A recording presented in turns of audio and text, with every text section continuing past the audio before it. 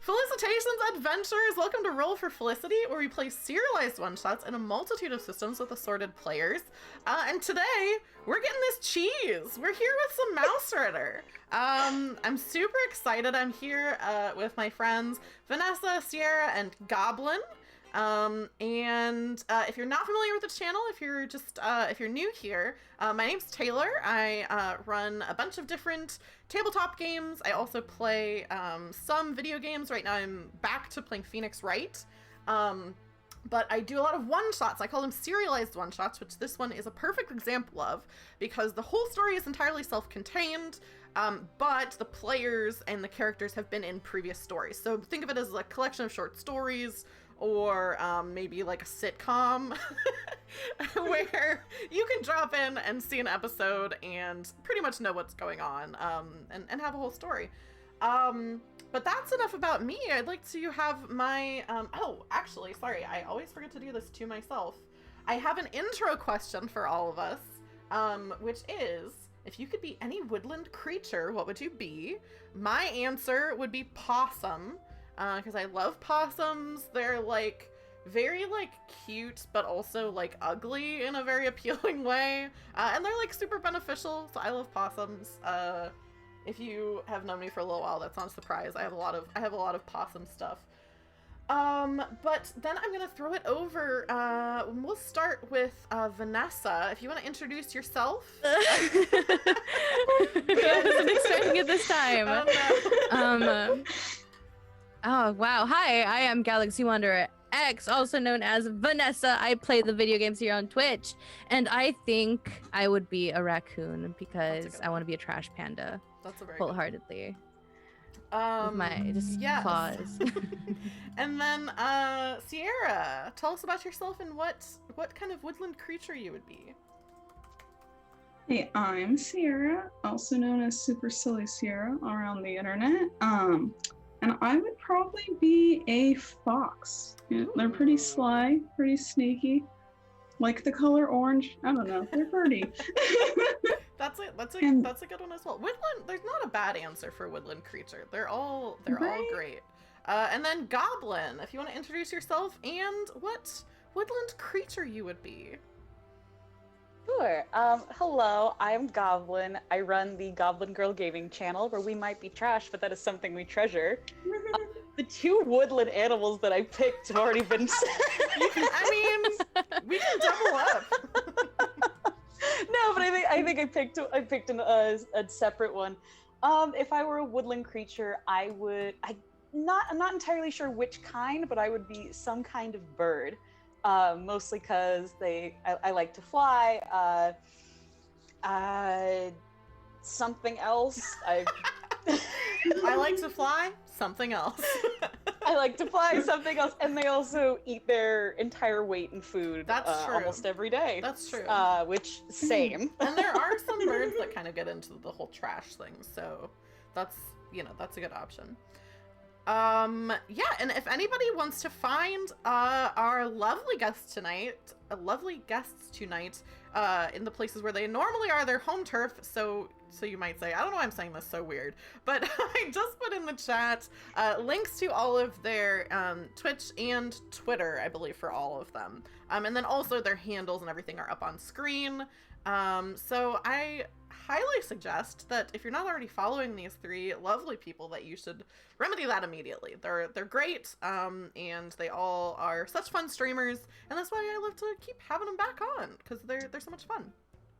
The other thing I will say before we jump right into it is there's one other thing that you can do apart from, like, following anybody here, is if you feel so moved, I do have a system for tips and rewards that you can get for tipping.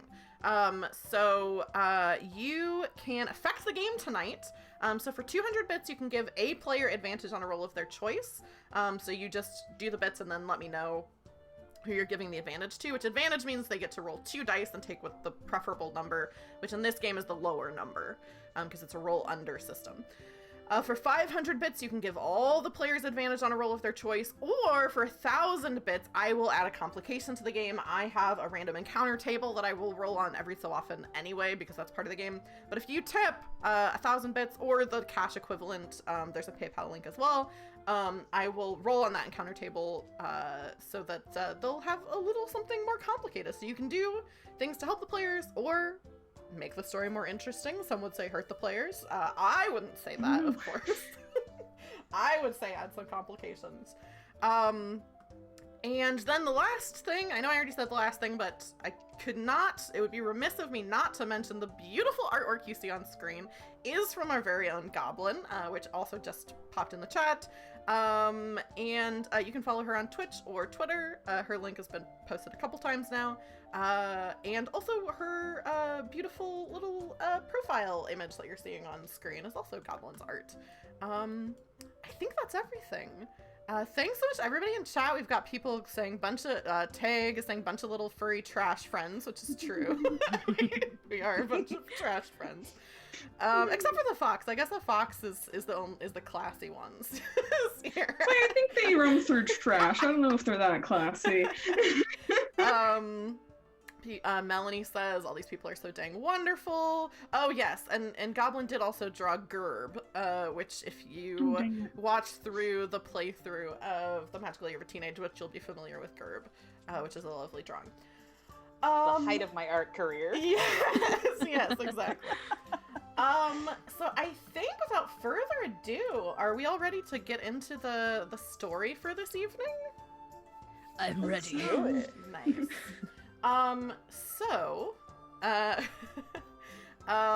This, I mentioned this already, but this is a serialized one-shot, which means that if the only stream you ever watch of mine is this stream, you will walk away having enjoyed a complete story. That being said, there are 2 previous one-shots in the same world with the same characters that you can watch to see what exactly has happened to our mousy adventurers before today.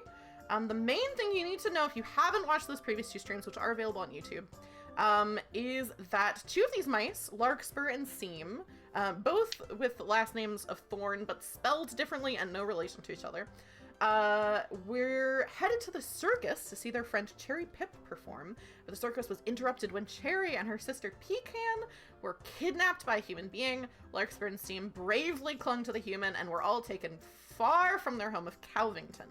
They were able to escape from the human's house, but are still quite far from home, and starting today, trying to find their way back. So where we last saw our mousy heroes, you had climbed out the window of a human being's house in the dark of night and landed in the... I'm already getting some questions about Pecan versus Pecan, which I think I mentioned on stream yesterday, that I alternate between those pronunciations, but decided for Pecan Pip to go with Pecan Pip, because I thought Pecan Pip sounded better than Pecan Pip. Yeah, but you all had dropped into this garden. The three of you, Pecan Pip, and of course Seam Thorn's faithful companion Chewy. And I'll give you all a second to kind of get into character if there's a conversation that you want to have, or anything that you want to immediately do as soon as you drop out of this window into the garden. You've been through a little bit of a harrowing experience.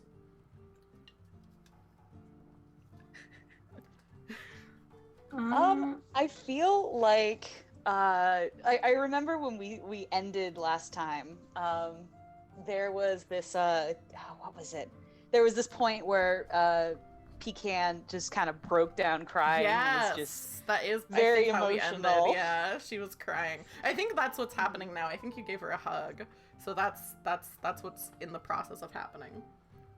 Yeah, and so I think I'm kind of consoling her in like the only way a sibling knows how, by like kind of needling them, and I I just took the pronunciation and I ran with it.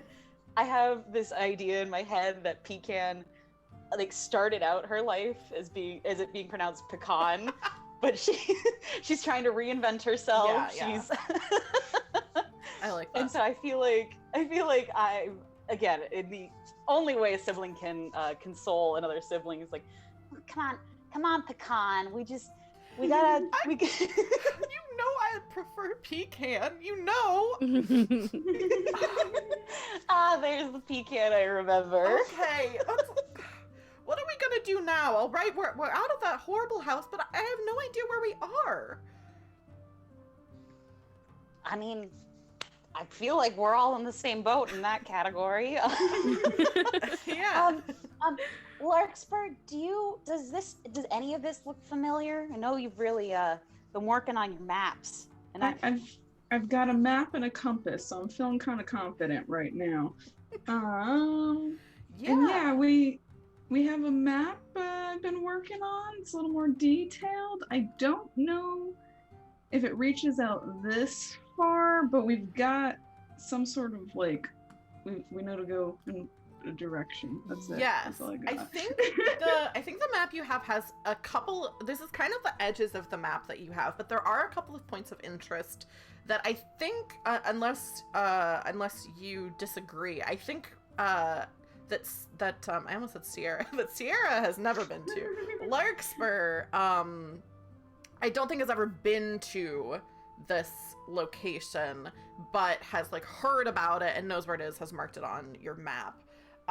You know that you're not too far away from, because you're kind of thinking of like, what can, like, I think you're all thinking of like, how can we get home? Because you took like a human bike ride to get here, and it was like kind of a long bike ride. So for mice, that's like so far. so far. In fact, it's up to you, but I think Pecan is definitely feeling this. Might even feel like overwhelmed at the idea that you could even get home. I think Pecan is definitely like kind of talking about that of like, okay, I guess maybe we should try to just find a place to stay, like thinking about like maybe just starting a new life. But Larkspur, starting over. Starting over. Yeah, just starting over in this new location. New location, new name, new mouse. Like she's gonna reinvent herself. You can think of this location. There's something of note, especially something that might help all of you, which is, you know, that there is you've heard rumors that there's an owl that lives very close to a fairy court, and you know that the Fae often know like secret paths and portals. They have access to magic, so it could be that they could maybe get you home. Also, owls can fly, and they can fly very fast. So possibly this owl could help you out. That being said, both the fairy and owls are not like known for being like super cozy with mice. Yeah, I don't know which one's worse. Yeah, they're both like, don't owls eat mice? Right. Yes. Sweats nervously. Yeah. Owls do eat mice, in this world and in the real world. And also, the Fae are sometimes known to kidnap mice. For what purposes, it's, you know, unclear why. But you would all know those things. Those are just things that are true about the world. I'm gonna do something now that's different than something we've done in the past, so that I'd kind of like to integrate more into the Mausritter campaigns, which is, I want all of you to tell me a rumor that you've heard about this owl and these Fae, because they live kind of in the same area. And then I'm gonna roll a d4 to determine how many, if any of those rumors are true. So if it's a 4, all of the rumors are true. On a 3, 1 is wrong. On a 2, 2 are wrong. And on a 1, all of the rumors are wrong that you've heard. But I'm not going to tell you what I rolled or which of the things are true or false. You will just know of them as rumors. Does that make sense to everybody? Yeah. Cool. So if anyone has an idea for a rumor that they've heard, either about the fairy court that's in this area or the owl that is very close. The owl is, I will say, you would all know this, as a sorcerer. Most owls are. So you know there's like basically a magic owl, and you know that there's like a fairy court there. I feel like since Cherry has kind of grown up in the circus, and to my knowledge, circus folk are a little bit more superstitious. I feel like she has heard that the Fae are usually not to be trusted. Okay. Like it's very like, yeah, they will help you, but it's at a very steep price, and it's just not worth it. Cool. What about Larkspur and Seam? Do either of you have ideas of rumors that you've heard for either the Fae or the Owl? I want to say some sort of like mob boss for the owl, like that the owl is a mob boss, or that the owl has a mob boss, like the owl is working for someone else. Yeah, I don't know if I want like the owl's the mob boss and the fairies are working for him. Oh, I see what you're saying. There's a rivalry, maybe. Okay. Like they're fighting over like a watering hole or something. I don't know.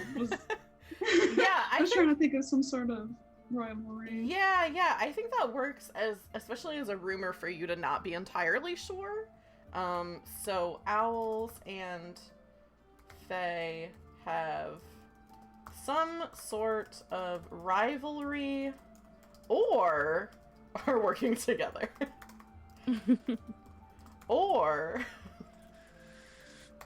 I feel like, or like used to work together. Is that like kind of the thing you were thinking? Yeah. Or used to work together. Or like fighting over something magic related. Cool. You know? I like that. Yeah. And yeah, Seam, what about you? I heard a rumor that they will be either or will be more lenient if you bring some kind of offering. Oh, cool. That more, let's say, more mice have had more positive experiences if they brought something with them. Is that something that you're saying is true of both the owl and the Fae, or are you choosing that for one or the other? Okay. Just don't show up empty-handed, essentially. Yes, I like that. Don't show up empty-handed. Cool. I'm gonna roll this d4, and I am quietly going to determine which of these things are true and which of these things are simply rumors.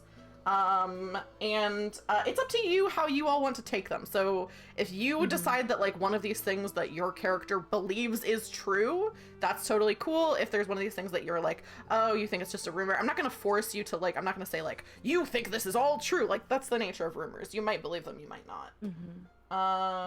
Cool. Let me make a little note.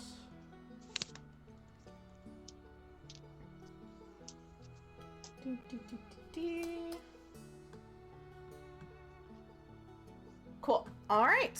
Yeah, so Larkspur, you have that knowledge of what the situation is with like where this location is. It's not very far. Probably less than a day's travel. It is nighttime though, so if you all wanted to like find a place to hole up and take a rest to refresh yourselves a little bit, that would make sense to do.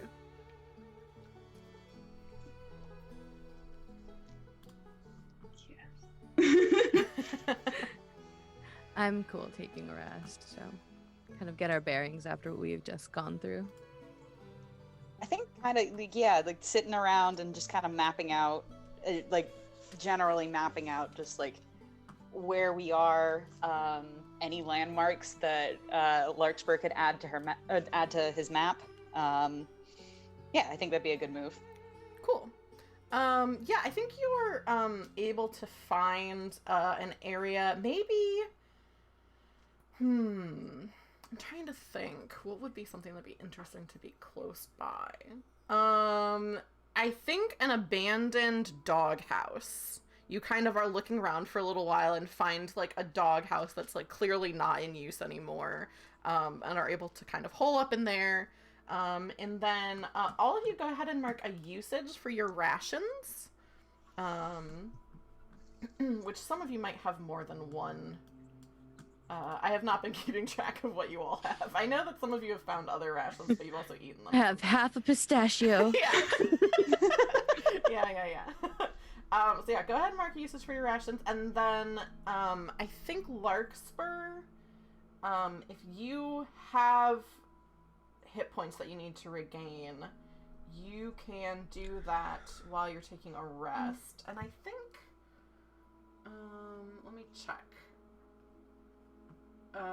Yes, restore all hit points. So if any of you are, sorry, hit protection in this game. So if any of you don't have full hit points or HP, you can mark that back up to your full, which for Cherry that should be 7, for Seam that should be 9, and for Larkspur that should be 8.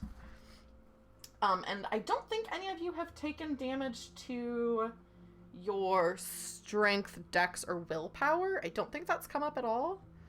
But if that has come up, you can roll a d6 to restore that back up to max. But I don't think any of you have taken that sort of damage so far. You've all managed to pretty cleverly escape a lot of combat, I think.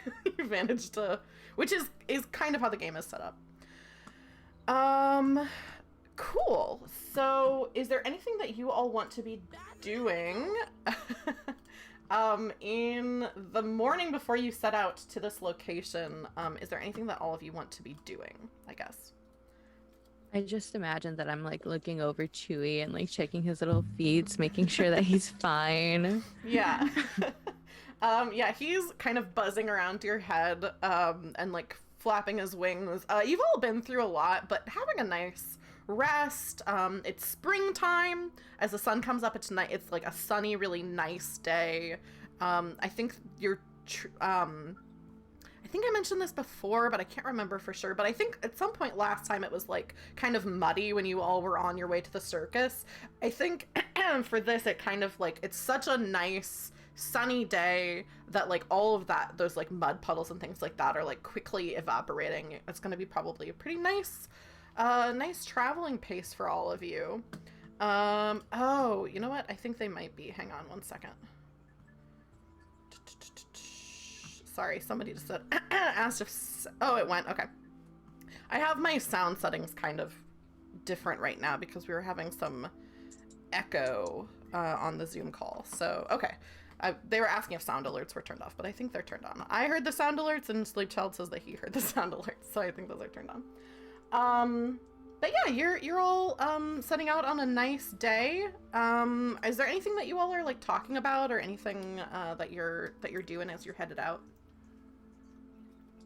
I think I'm kind of trying to, still just trying to calm down Pecan. I don't know. I think I'm trying to reassure her, just like, come on, you know, we've been working for this. We've been working with the circus for as long as you can remember. We're constantly moving around. We're constantly going different places.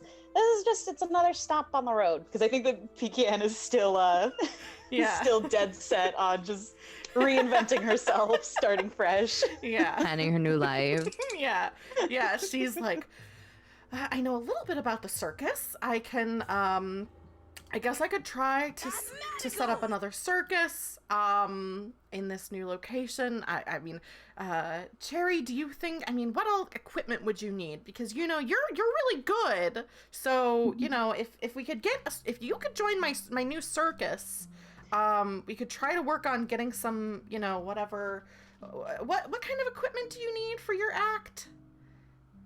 Pecan, we're not doing this. We're going home. We're not starting over. This isn't something. No, we're not doing this.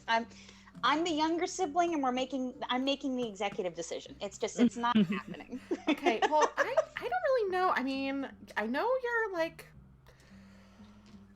I know you all are kind of dead set on going to talk to one of these kind of creatures, but like, aren't you kind of scared about this owl? I mean, you know. I mean, I'm more worried about the Fey. I mean, you know what they say. You know what Auntie Walnut says about the Fey. I mean, I guess she says not to trust them. But like, you know, they don't swoop out of the sky and just eat you whole. You know, at least. Yeah, they do what you want in these really twisted, warped ways. You know, they say, or you ask them to take you home, and they'll take you to a home, but it's not your home. You gotta be really, really precise with these Fae. They're really sticklers for following, what is it called? Following it to the letter. Yeah. Are any of you like lawyers or anything like that. It's too bad Orange isn't here. Orange always handled the legal stuff for the circus. I know. He's that one time we were in that house and that one of those kids playing that game, space lawyer at law or something like that. Space lawyer at law. I was trying so hard to get something for Ace Attorney and it just wasn't coming. I love space lawyer at law. A game that children play as make believe. Yeah, but Orange just really got into that. Yeah. Although, Phoenix could fully be just like a phoenix. Like, I was gonna say. Yeah, there's Phoenix Wright bird attorney. Oh, I love it. Yeah. It's like Ace Attorney and Hatful Boyfriend. Yeah. Yes. That's the game that the mice children play. Yeah, I think Pecan's looking at the other two of you and saying like, well, what do you two think? I mean, do you think we should try to talk to this owl, or do you think we should try to talk to the Fey? I mean, they're kind of, looks like on your map, Larkspur, they're kind of in the same vicinity. We should probably decide. Well, which one do we think's a bigger gamble? I mean, the owl can swallow us whole, or we might get pointed in the right direction, right? Like, what's the worst that the Fae could do to us? I mean, they can't change us into like other creatures or anything, right? Like, The fairies? I feel like the fairies absolutely could do that. I think they can. Wow, I think specifically, actually, that might be something they can do. It's the only thing they can do. That's what they're known for. I think all of you, yeah, they're known for it. No, I think all of you maybe wouldn't know if the fairies, I don't think any of you have firsthand experience of the fairies turning a mouse into another creature, although they are magical, that could be something they'd be able to do. I think what you all would know is that fairies can disguise themselves as mice. That they can definitely like put a glamour on themselves, and like sometimes that is how they like have kidnapped mice. Maybe it's up to you all, but like this could have even been something that happened in Calvington at some point, or Cherry could be something that you've encouraged not encouraged but encountered during your travels, like, you know, maybe somebody in the circus turning out to have been a fairy, or like going to a town and having an encounter where like there was a fairy who'd kidnapped someone, something like that. That's up to you. But I think this is common knowledge that the Fae can at least turn themselves into other creatures, or make themselves look like they are other creatures. Okay. Now I just have this image in my head that it's like a rampant problem with like staffing. There's a test and everything that they have to pass. It's like a drug panel or something. If you're, you know, legally, if you're a fairy, you have to tell me. You have to tell me. If you're a part of the Fey Court, legally you have to tell me. It says so in the Constitution. Yeah, the Mouse Constitution. Yeah, I love Oh my god.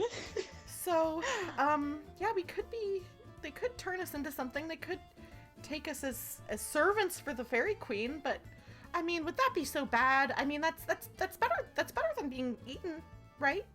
Pecan, we're going home. We're not. This is not reinventing yourself. We're not being servants to a fairy queen. That's not happening. Cherry, I'm not saying I want to do it. I'm saying we apparently have two things that we can do. We can go to the fairies. We can go to the owls. If we go to the owl, the worst case scenario, that's what Steam asked. What's the worst that could happen? We could be eaten. Or worst case scenario with the fairy, I think they would take us to their Fey realm, and we would become servants for the Fairy Queen. That's what I'm saying. I'm not saying I want to, although it doesn't sound that bad. You wouldn't have to, you know. I mean, I guess. Oh, sorry, I cut someone off. No, sorry. I said, do we flip a coin then? Like, this is a tough decision. Imagine Seema is just quietly hanging back, just watching this happen. just like annoyed a little bit. Just like I don't want to make a decision, but I also don't want to be like listening to this nonsense. I love that Seam You still have that one kernel of popcorn from the circus. Just chewing on- Yeah. The pistachio, just like Steam is like perpetually like an irritated follower, like doesn't want to make the decision, but like is mad. yeah, just grumpy. Yeah. Well, my money's on the owl. That's all I'm saying. I mean, I'm scared, but I'm kind of scared of both options. So, I'll go along with whatever you all want to do. Well, Larkspur, what do you think? we have fought scarier things. We took on a snake, and Owl shouldn't be. I mean, he could eat us, but we fought off bigger things before, right? And the snake could have eaten us too if it had been awake. Yeah. So we just need to catch him during the day then, So right? you're saying This There owl? you go. You killed a dead snake, so you think that we can fight an owl sorcerer? That's what you're. Or killed a sleeping snake. You obviously A can't sleeping kill something snake. that's already dead. Sorry, That's I not how that misspoke. I works. meant sleeping. You know, like sleeping is like kind of like being dead, so I got them mixed up in my head. Okay. Yes, so we'll just wait for the owl to fall asleep and then we'll do the same thing. It is. We've already done this before. You know this. Well, I wasn't there. I don't know. That's all I was talking about for the next month or two. Where Well, were you? You talk a lot, so I don't always listen to everything that you say. Oh, okay, there it is.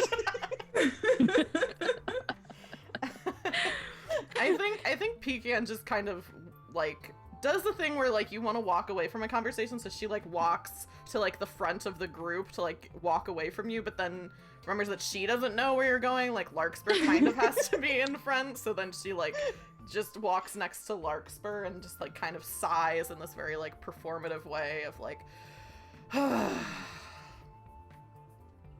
You know, if you had listened to what I was saying, I we wouldn't be can't having this hear anything right now. It's so weird. There's so much wind in my ears right now. Oh, very, very mature. Who's the older mouse here? She can't hear you. She doesn't respond.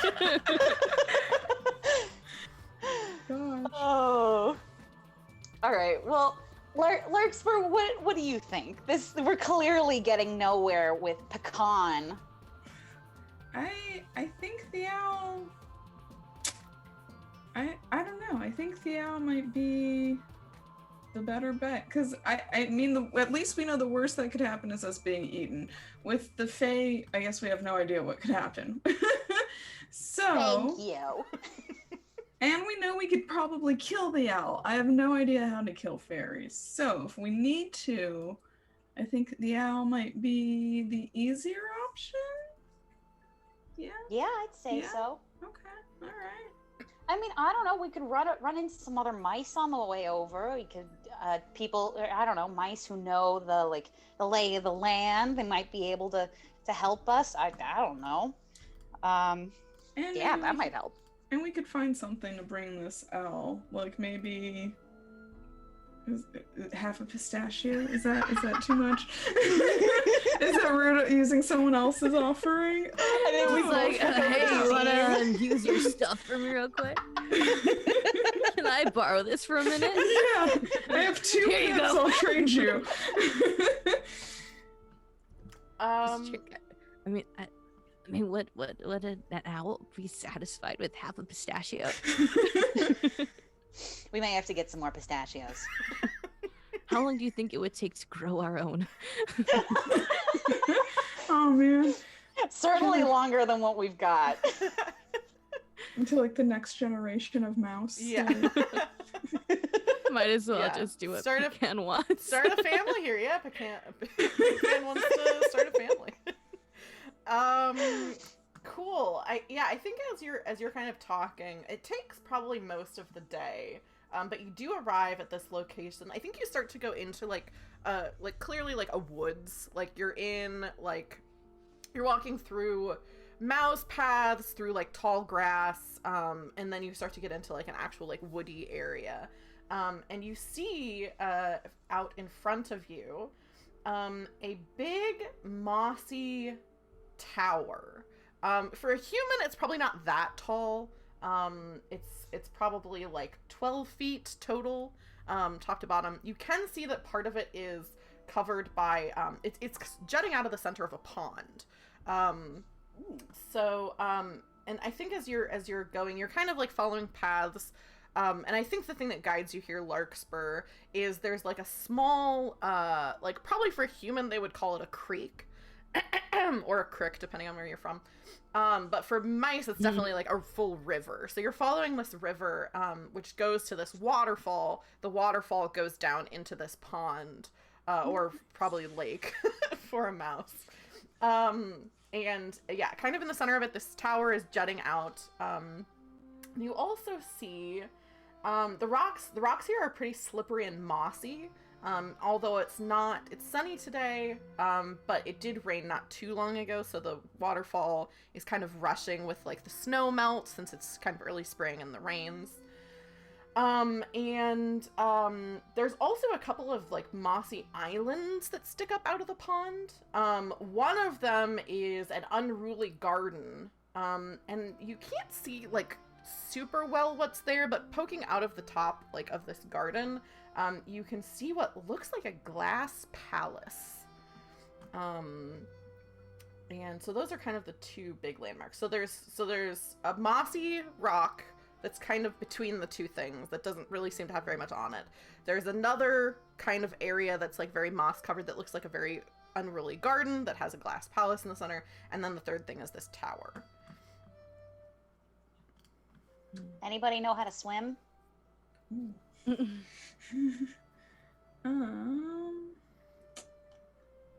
we have anything we can float on? Is there anything that we can like travel between the little islands, or is getting there part of the puzzle?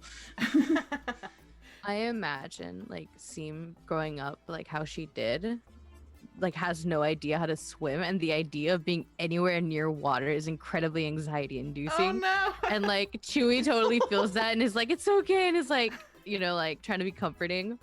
But like Seem was like still like trying to like be like, I'm not gonna let them know I'm scared. Oh my goodness. And just like try to keep a straight face, but like fidgeting and like being a little twitchy. Maybe like tail slightly like tucking between legs. Oh no. Yeah, I think it's up to all of you whether you know how to swim or not. So if one of you thinks that you would know, that's totally fine. Or if you want, you know, because one of you doesn't know how to swim, if you want to figure out something to get to one of these locations, that's cool too. I think that at one point during Cherry's circus life, there were a couple of like a band of mice that were doing water-esque trips, tricks rather. Like they had like a collapsible plastic cup, and they would pull it up, fill it with water, and she herself never participated, but she has that like stubborn younger sibling energy where it's like, I'm sure I can figure it out. It's just kicking a whole bunch and splashing a whole bunch. Cool. There's nothing to it. Do you think Larkspur knows how to swim? Yes, but it's not graceful. Okay. Like, maybe they've got, like, the map or something, like, above their head while they're trying to, like, cross the water because they don't want it to get wet, but this is, like, the map's up here, and underwater, all you see is splashing. Like, it's not, like, yeah, any correct way to swim at all, but it works. Is Larkspur diving in? Sure. Or I'm asking because I couldn't tell if you were narrating how it would look if Larkspur were to swim, or if you were saying, this is happening.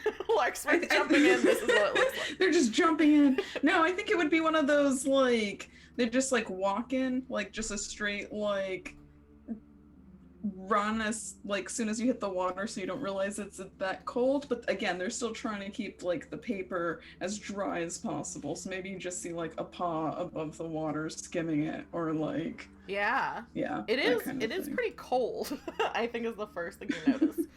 Where are you headed to as you're doing this? Like, out of the kind of three destinations?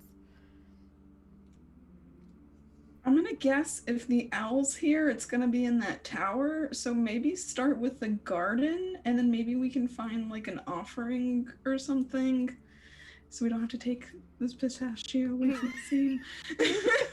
Maybe we can find something else for the owl. So Okay, yeah. So Larkspur is headed into the water. The other, I think Pecan probably has about the same swimming level as you do. Maybe can swim a little bit better than you can, Cherry, since you really essentially can't swim. So I think I think she's like kind of just putting her little mouse feet in the water and kind of like looking at the rest of you. And Larkspur is, headed over to the garden. I think Cherry would just, again, with younger sibling energy, just completely ignores Pecan, like slowly, gingerly making her way in, and just books it. Like she's following after Larkspur, obviously, because she doesn't really know where to go. But she's trailblazing. She's splashing everywhere. Yeah, and then Chewy is like nervously like doing little circles around, like flying circles around your head, because I think Seam probably, or not Seam, I think Chewy probably knows that you're not a big fan of water, and is kind of buzzing around, like kind of checking on you, but also kind of like, what do we do, like also kind of nervous.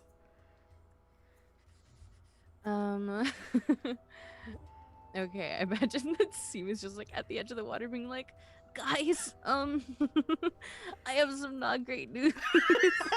Oh, they're like in the water, like halfway out. It's like, I can't swim. I have an idea, like for me, like what I would do, but I'm like, I don't know if that would work. I'm just imagining like Seam like laying down, like trying to float, and then just holding on to like the fish hook and spool while Chewy like flies over and like drags them across, like yes. backwards. So are you doing that, or that's just something that you're thinking about doing? Maybe we should go for it. I mean, what's the worst that could happen? I drown? Like, okay. Yeah, okay, so I think, how do I want to do this? I think, Larkspur, I'm not going to have you roll anything because you at least kind of know how to swim, and there's not anything like, there's not a storm happening. Like, part of Mausritter is like, if you are prepared to do something, there's not going to be huge consequences, just trying different things. Cherry, I do think it's going to have to be a dexterity roll for you to see how well you can swim. And then I think I'm gonna make a strength for Chewy, because he's not super big, but he has decent strength. And then I think that's going to also be I think it's gonna probably be dexterity for Seam, because floating is something that you have to like actively be doing. So I think if you both fail, it's going to be bad. If only one of you fails, it's not going to be as bad. And if both of you succeed, then it'll work pretty well. Also, shout out to Troll Mila. You all have advantage on a roll of your choice, because they just tipped 500 bits. So thank you so much for the bits. Appreciate it. Lovely. All right, I am going to use that because Yeah. Like, it's always funny to play. It's always funny to play as a reckless character because I, the player, know this is a bad idea, but the character, just wants to have fun and is just being herself. Absolutely. So just as a reminder, and also to let chat know in case you haven't played this game before, Mausritter is a roll under system. So everyone has stats, and they want to try to be rolling lower than whatever that given stat is. So for Chewy, his strength is a 9, so I'm trying to roll less than a 9 to see if he succeeds, which I do not. Chewy is not doing so hot. How did the rest of Cherry and Larkspur, or not Larkspur, sorry, Seam, how did you two do? I don't know how I'm supposed to roll. Oh yeah, the D20 is the Oh, okay, I didn't know either one's D20. Yes. So even with advantage, I did not get it. Oh no. Okay, I'm using my advantage roll. Yes. Pray. 4. Okay, so you succeed, right? 4 is lower than your dex. Yeah, my dex is 8. Cool. Yeah, so Chewy is trying to pull you, and not doing so hot, but I think with that success, Seam, you're able to kind of like be like, kind of throwing yourself, kind of thrashing your arms around a little bit in an accidental, would that be a backstroke if you're floating on your back? So you're being very loud. None of you are being super discreet about this, but you are managing to make your way across, except for Cherry. Of course. You get right in, you're like diving ahead, and you immediately just start to sink like a stone, which is not like, normally you're very dexterous, you're very like used to flying around. Something about this water, like as soon as you are in, like I think it has one of those things where there's like a sudden drop off, like maybe where you waded in was on a stone, and then you get into like the actual pond, and you just immediately start to sink. Okay. I think the rest I'm of you assuming... noticed this also. Okay, I was gonna. That was my next question. Just yeah. And see, Cherry is like splashing and talking, and then all of a sudden, just like bloop, like under the water. Just a bumble. And oh man. I am gonna roll something. Oh no, that's Yeah, never I mean, good. I have twine. Yeah, if you all want to try to do something to help Cherry out, absolutely. Is there anything I can do? Yeah. Is there something, do you have something that you want to do other than splashing and just trying to swim? I guess, do I have any visual of like, is there anyone in front of me? Is everybody kind of behind me? Like where are other mice positioned around me? Larkspur is in front of you. Pecan, sorry. I don't even know how to say her name. Pecan is slightly in front of you. And I think Chewy and Seam are like a little bit behind you since they were more hesitant and kind of like rigged up this grappling hook system. Okay, Pecan's gonna hate me for this. Oh no. Oh no. I think Cherry is going to do what I would assume your like first instinct is if you don't really know how to swim and you like the floor suddenly drops out from under you. Or at least that was my experience. That was what all my younger siblings did. Yeah. Oh no. Cherry is going to start like grabbing onto Pecan, just partially trying to keep us both afloat as much as I can. But I mean, I'm panicked. This is the first time that my dexterity has not really like served me well, and so it's like I'm almost trying to get on top of her, if that makes sense. Yeah. I mean, that's what somebody does when they're like panicking in water. Yeah, you do just grab someone and try to climb on top of them. So I think this is going to be a strength roll for Pecan, I believe. Oh no. What's her strength like? Both going under. Not great. Oh no. It's not, actually, is it the worst out of all of you? No, it's not the worst out. It's better than yours is, Cherry. That's good at least. Yeah, Cherry has a 4. Okay, not a success. So you do this. Oh, Pecan and Cherry, you successfully climb on top of Cherry, on top of Pecan, who's not like the strongest swimmer. And you both are you're basically dunking her, and you're still not staying up. So this is now causing a lot of splashing as Pecan is just like swallowing water and like trying to bring her head up and say, Cherry, we're both gonna drown. All under control. It's all, I've got this. Yeah. The other two of you, is there anything you would like to be doing? So yeah, this is where Goblin the player is gonna be like, and that's the end of my turn. Do pistachios float? Pistachio. I think they do. Oh my gosh. I'm gonna Google this. Yeah, Google if pistachios float. I think they would. Although it probably depends on if they're in shell or not. But yeah, go ahead, Larkspur. What do you want to do? I have some twine, and I imagine I'm trying to like tie a knot to make like a hoop to like cast out to them. Cool. If you want want to throw a pistachio, we can like tie it around the pistachio and throw it if it does float, but that's it's totally up to you. Yeah. I do have twine. I've got rope ready. I think Larkspur, because you are like the only one who really actually knows how to swim, you're able to swim over to like to the edge of this garden kind of rock area. So you can swim over there. You were in the lead. Oh my goodness. Okay, sorry, Chad, that probably really blasted. The sound alerts, the audio of the different sound alerts is so different. So I okay. Goblin played that sound from Roman Holiday, the Nicki Minaj song, where it's like I feel like that's accurate. yeah. Yeah, that's exactly what's bad happening news. right now. Did you say you have bad? Pistachios sink. Oh It's only bad ones that float.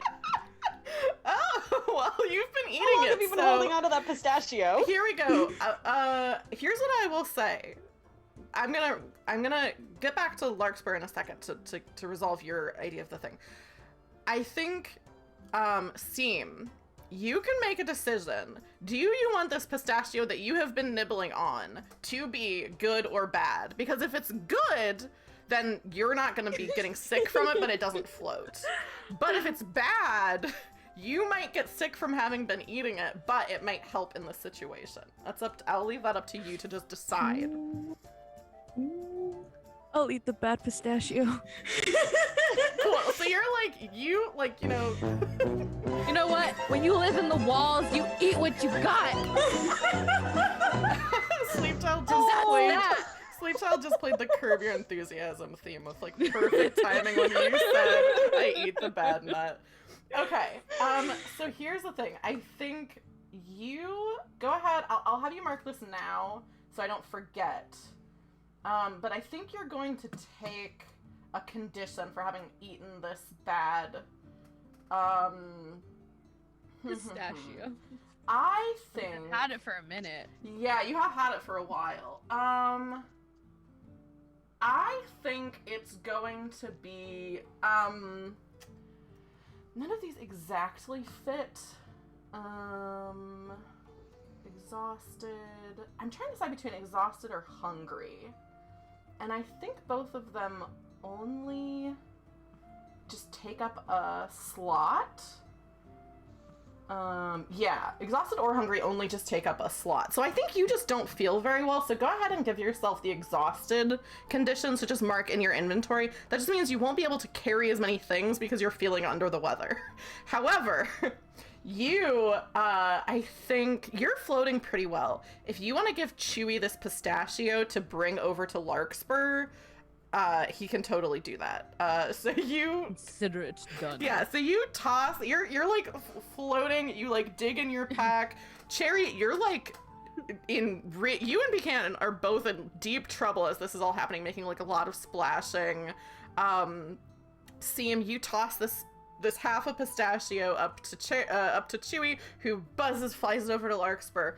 Larkspur, I will say, I think this is for you to make this roll, because I think it depends more on if you throw it well versus Cherry or Pecan managing to grab it.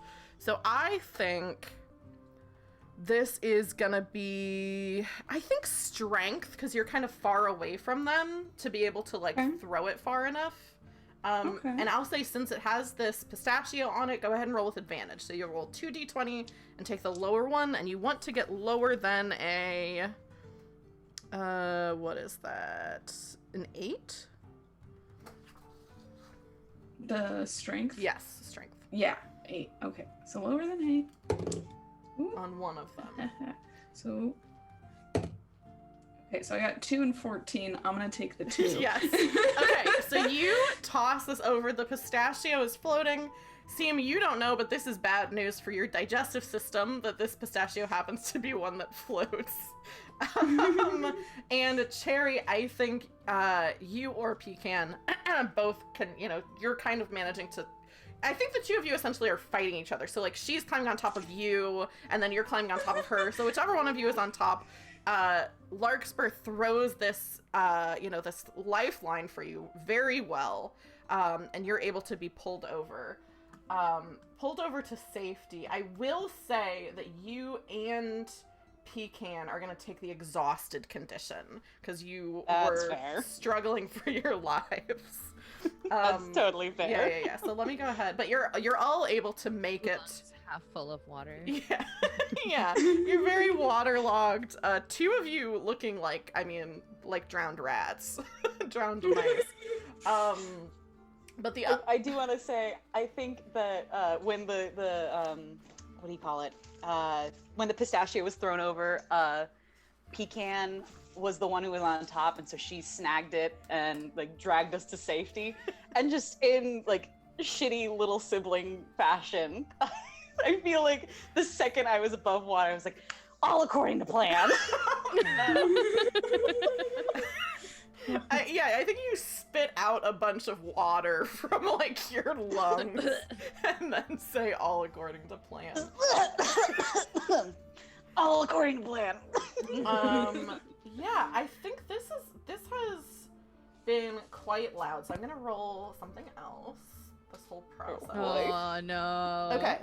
You, as you get onto the shore, see in the water something moving. You're not in the water anymore. But you do see something kind of like come to the surface a little bit. It looks it's too small to be a snake, but it looks like a snake. Like the movement kind of it like kind of comes up and then goes back down. Okay. Do we all see that? Yeah, I think it's up to you, Cherry, if you think you would see that given your condition, but otherwise, yeah, you would have seen it. Okay. I think it'd be funnier if my back was turned and I'm still like I've got this bravado of like, yeah, we've all made it out of there alive all with the according thing to moving in the plan. back. Exactly. And then and then the rest of you, tending to Cherry, see this like kind of ominous shape come up. But it's not coming onto land. It just seems like there is something in the water that might be something that you'll need to watch out for. But yeah, you're in this very overgrown garden. There's not a lot of vision here, because like all of these plants and things are so big and so overgrown. The ground here, it seems like, is like maybe instead of being like a rock that's jutting out of the water, is maybe this was just a high point of land that didn't get flooded when everything else seems to have. And you know that you're headed towards where this glass palace is.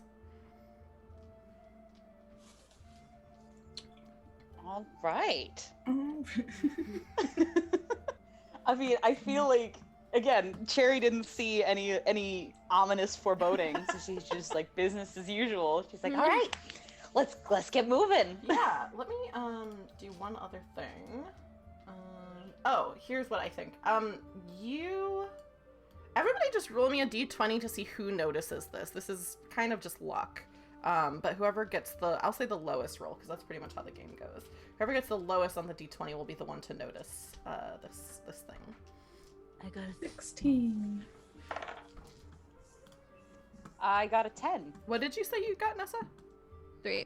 3. Okay, so you see this ominous thing, kind of look around and notice what looks like, I think you can tell by the craft of it, looks like a sword that would be a type that one of the Fey would use. It kind of is like almost like it's made of metal, but it seems like it's like, so a lot of mice kind of use like found items. So like Larkspur, your sword is a sewing needle. This looks like it was crafted, which I think is how you can tell that it's probably from the Fey, and it's like very finely wrought, like rapier, basically.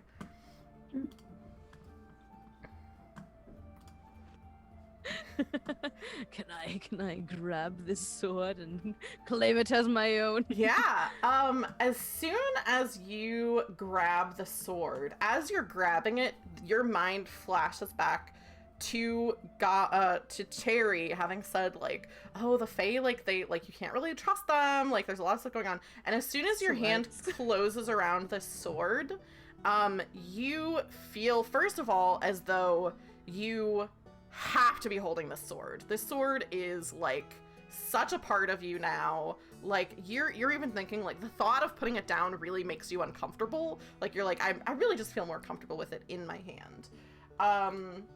Seem, you fool. Yeah, and I think you're like, this is like maybe cursed. Like this might be a cursed sword. It's still usable as a sword. And I think go ahead and make what do I want this to be? Actually, yeah, I don't know if you would know. You know that cursed weapons usually, if you can break the curse, are pretty good. Like there's some cool thing that happens if you can break the curse. Like maybe it'll have like some sort of cool like thing that you can do with it. But the curse does have to be broken, and I don't think you know how that curse would be broken. But yeah, you also know that like something bad probably is gonna happen. There's some negative thing that the curse is, but I also don't think you would know what that would be. But as Seam is like going over and picking up this thing, I think who is the next? Sierra, you got like a 16, I think you said. Yeah. Cherry, you see kind of peeking out at you from some what kind of plant would this be? Maybe like a little like lower cluster of daisies that are kind of like drooping, like kind of making a little not canopy, but a little like kind of bough or something like that. You see a little mouse looking at you, kind of like peeking out, like hiding a little bit. And I think she's just like a brown field mouse, is what she looks like. And she's kind of looking at all of you, and Cherry, when you make eye contact with her, she ducks back behind these daisies. Okay. Looking through my inventory, I don't think I have anything that could like reassure her. So I guess I'll just hello? She pokes her head out and says, hello? Hi. I'm Cherry. What's your name? You're like so wet, like your body, like your fur is like so mad. Water still dripping out of Cherry's mouth. Oh, I cough halfway through the sentence. Yeah. She says, my name's Hollyhock. What are the three of you doing here? Or five of you? Because there's two other people that I forget about. Yeah. Oh yes, Chewy the person. Chewy glares at you.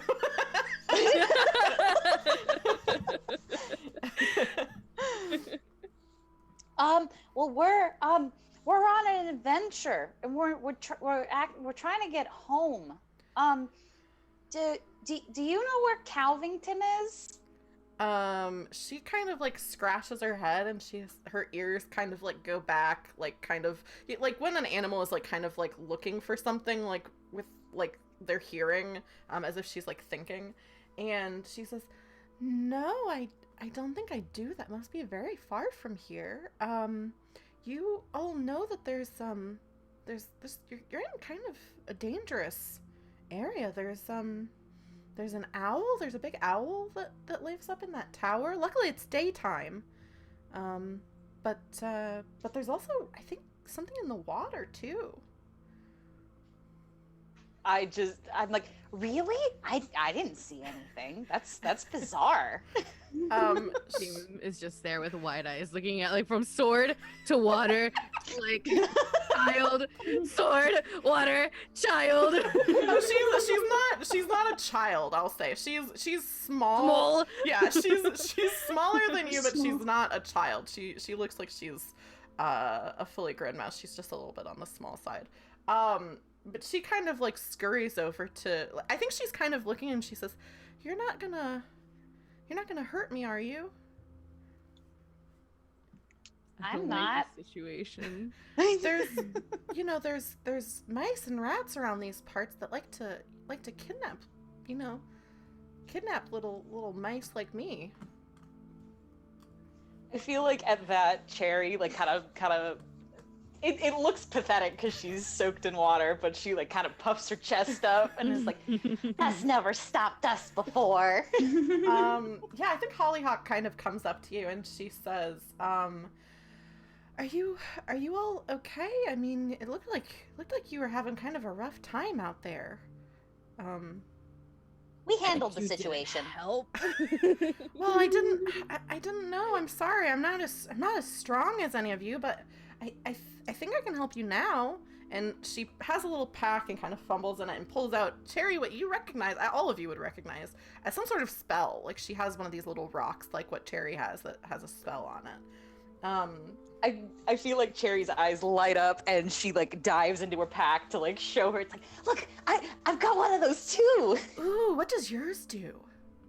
Well, mine kind of lights up and can stun things, but that's kind of it. What does yours do? Well, mine, if somebody's like not feeling very good, if they're sick or if they're like tired, I can kind of help them out a little bit. I mean, you look like you're pretty tired. Let me check the spell. I think we're all pretty exhausted after that swimming endeavor. I think you might have to take care of the rest of our group first. I mean, I'm pretty okay. And at that, she like vomits up some water. So she says that she could help. I think she says, well, I could help up to 3 of you. I could do 4, but my spell would run out if I do 4. So, I mean, are there 3 of you who could use the help? I'm fine. Oh, really? I'm doing okay. I think Pecan. Thank you, though. Yeah, Pecan says, well, if you're handing out some help, I mean, my muscles are awfully sore because someone just attempted to murder me. Oh, don't be dramatic. We were fine. I had it all under control. Sure. And I think Pecan kind of puts her hand out, like, unsure of, like, is this what you do? And this Hollyhock holds the stone in one hand and puts her hand, I think, on Pecan's forehead. And you can see after a minute, and actually, I think she puts, like, a hand on your arm, Cherry, like, kind of tentatively, but you look pretty rough. So, I think even if you're like, no, I'm fine, you're, like, vomiting up water. So she is going to use the spell. And... Let me see. Power, okay, and she actually doesn't even, she rolled really well. So both you and Pecan feel, like, invigorated and feel you feel the way you felt before you nearly drowned each other. So she removed that exhausted condition. And I think her hands, because the hand that's on you is holding the stone, Cherry, and so you feel this warmth on your arm that kind of fills your body as you feel like, I think how you feel after, like, a good exercise. Like, you still feel the effects of having been struggling, but your body feels, like, warm and, like, stretched and, like, ready to keep going. Whereas before you felt like you were maybe gonna pass out. Okay. I think that once the stone kind of touches Cherry, Cherry, I don't think mice blush at all, but I feel like, I don't know, maybe her cheek fur like kind of ruffles up, Yeah. or just like, I don't know. What do you think? I have a pitch for you of what it could look like when a mouse blushes, which is most of you is covered with fur, but your tail. Maybe your, like, tail kind of, like, blushes. Like, that's when you can tell when mice are... That's so cute. Yeah. Like, your tail I kind love of that gets, like, so much. Yeah. So the fur on your cheeks ruffles, your tail starts to turn a little bit pinker than normal. And Hollyhock kind of looks at both of you and says, Do you feel a little better? I mean, yeah, I feel better. Pecan, do you feel better? Oh yeah, I feel great. That was great. All right, I'm ready to keep it moving. Where are we headed to now? I don't know. I guess Cherry kind of turns to Larkspur and it's like, well, where are we headed? Holly, how long have you lived here? How long have you been on this island for? Well, I'm kind of just passing through. I don't really live here. The rest of my the music that's playing right now is, you all can't hear, but it's so funny for what she's about to say something sad, and the music is like da, da, da, da, da, da, da. So I'm gonna go to the next one. She says, well, the rest of my family was killed by an owl, actually. So I've just kind of been wandering, and I found this magic thing, and yeah, I don't really have a place to go right now. Well, that's terrible. I'm sorry that happened. Yeah, it wasn't. I mean, it's fine. It wasn't that long ago, but I'm doing okay. Especially, I mean, having this magic has really been helpful because I can use it on myself too. I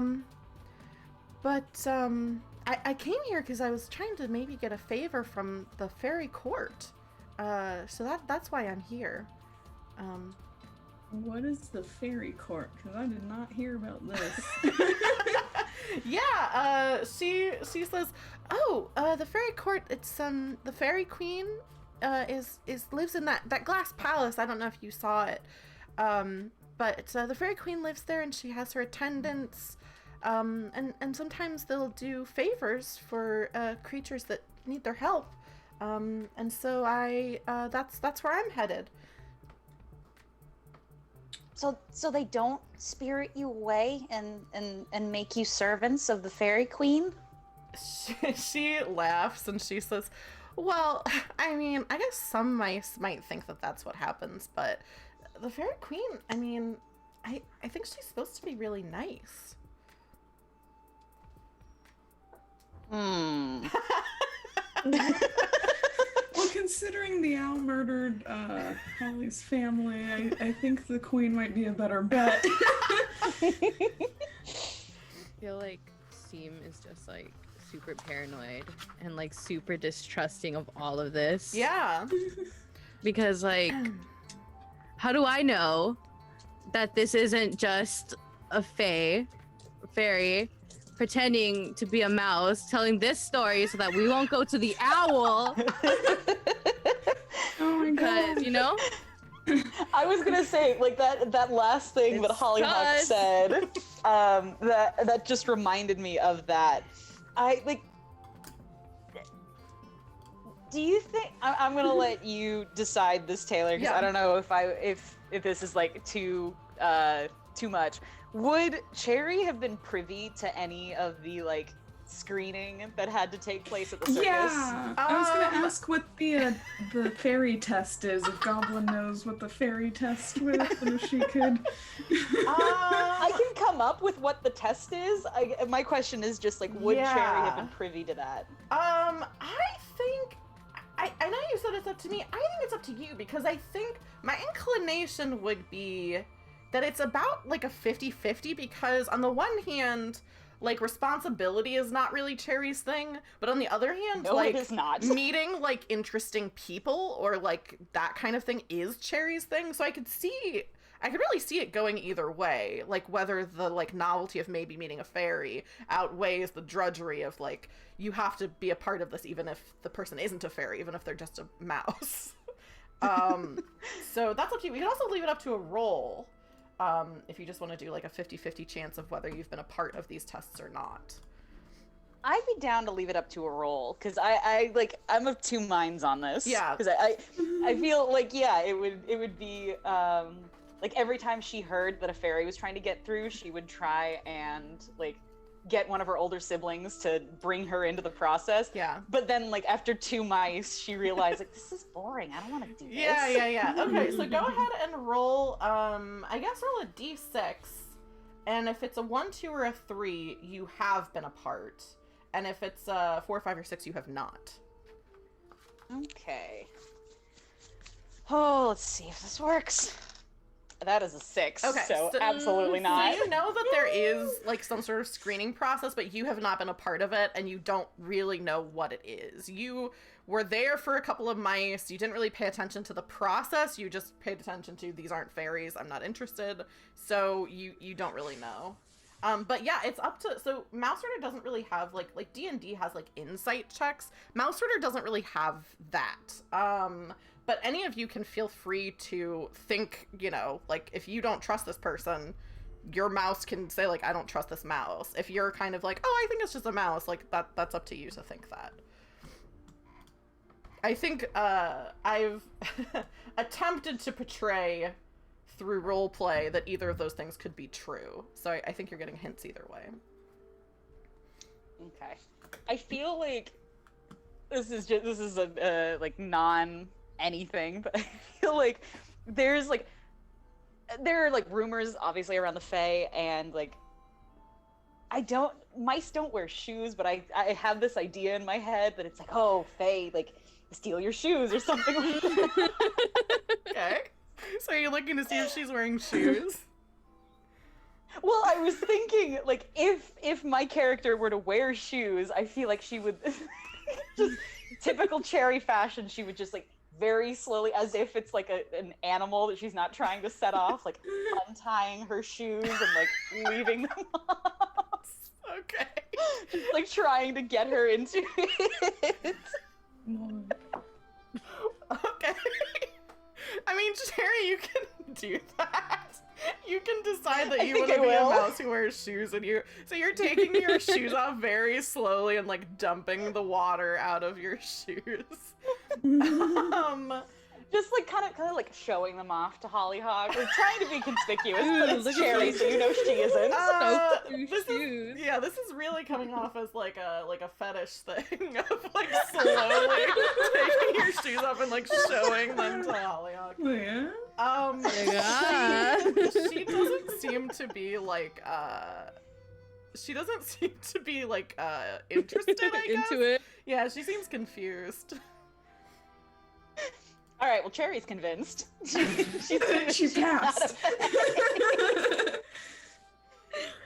I think Seam definitely stays like untrusting. Yeah. And it's like visually like with like her face being like, no, I'm not into this. Yeah. I don't like this situation. Yeah, if you want to give me something that Seam is there something Seam wants to do to try to like figure this out, or what's the situation? Would it be rude if we did like a group huddle and excluded her real quick and then just like... whispering but not actually whispering? Yeah. Hey, guys. Do we go to the palace with her, or do we continue on? Because I'm really unsure about this person. We haven't seen anyone else. They've already got magic with them, which isn't mean they're a fairy. I mean, we have magic too, but like, what's everyone? We trust them. We invite her with. I mean, okay. I don't remember the exact screening process, but I remember that shoes were involved, and she didn't seem all that interested. The shoes. Okay, all right. Seem, how you feeling? I don't like it. It's too convenient. All right. Like what? I don't know. I'm trying to think. I'm sorry. Pecan? Just too nice. Pecan is like, I think we should go with her. She seemed really nice. She I mean if we're worried about, her lying or whatever, I mean, she did help us, and she was trying to hurt us. There wouldn't really be a reason for her to do that. Yeah, she spent like 2 uses of her spell just to help us. But that could have been her trying to gain our trust. How do we know that she doesn't have a billion of those just waiting for people to show up? Pecan like slaps it on the forehead and goes, "Oh, I never thought of that. Oh my god." And I mean, if it's true, I mean, how hungry can the owl be after it ate her whole family? So. This is a great window of opportunity. You're right. We gotta strike while he's full. Yeah. Dang.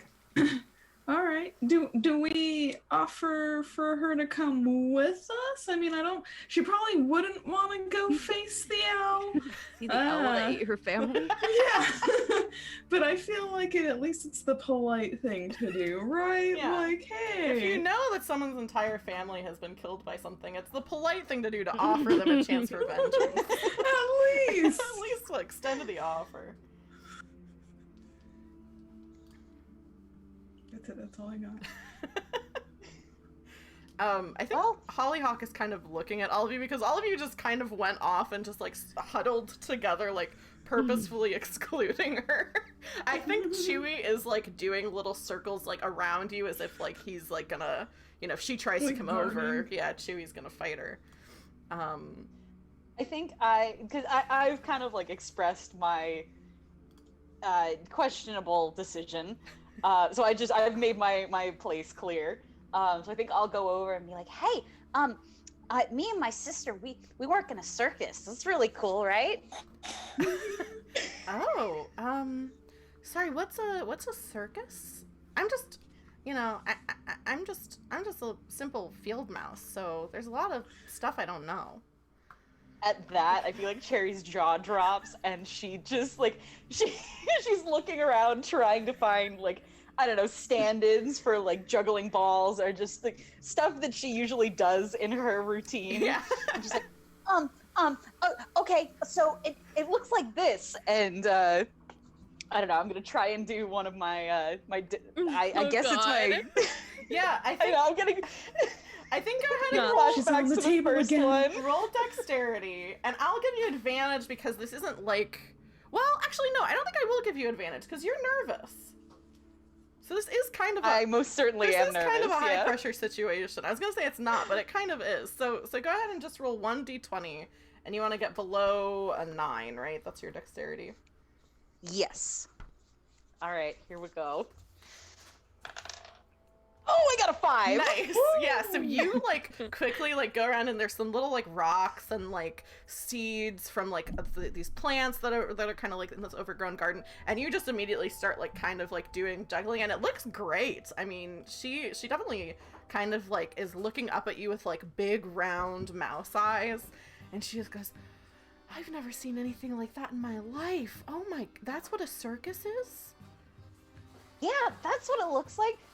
And then, is it at all possible for me to do another dex roll? Because I'm getting distracted.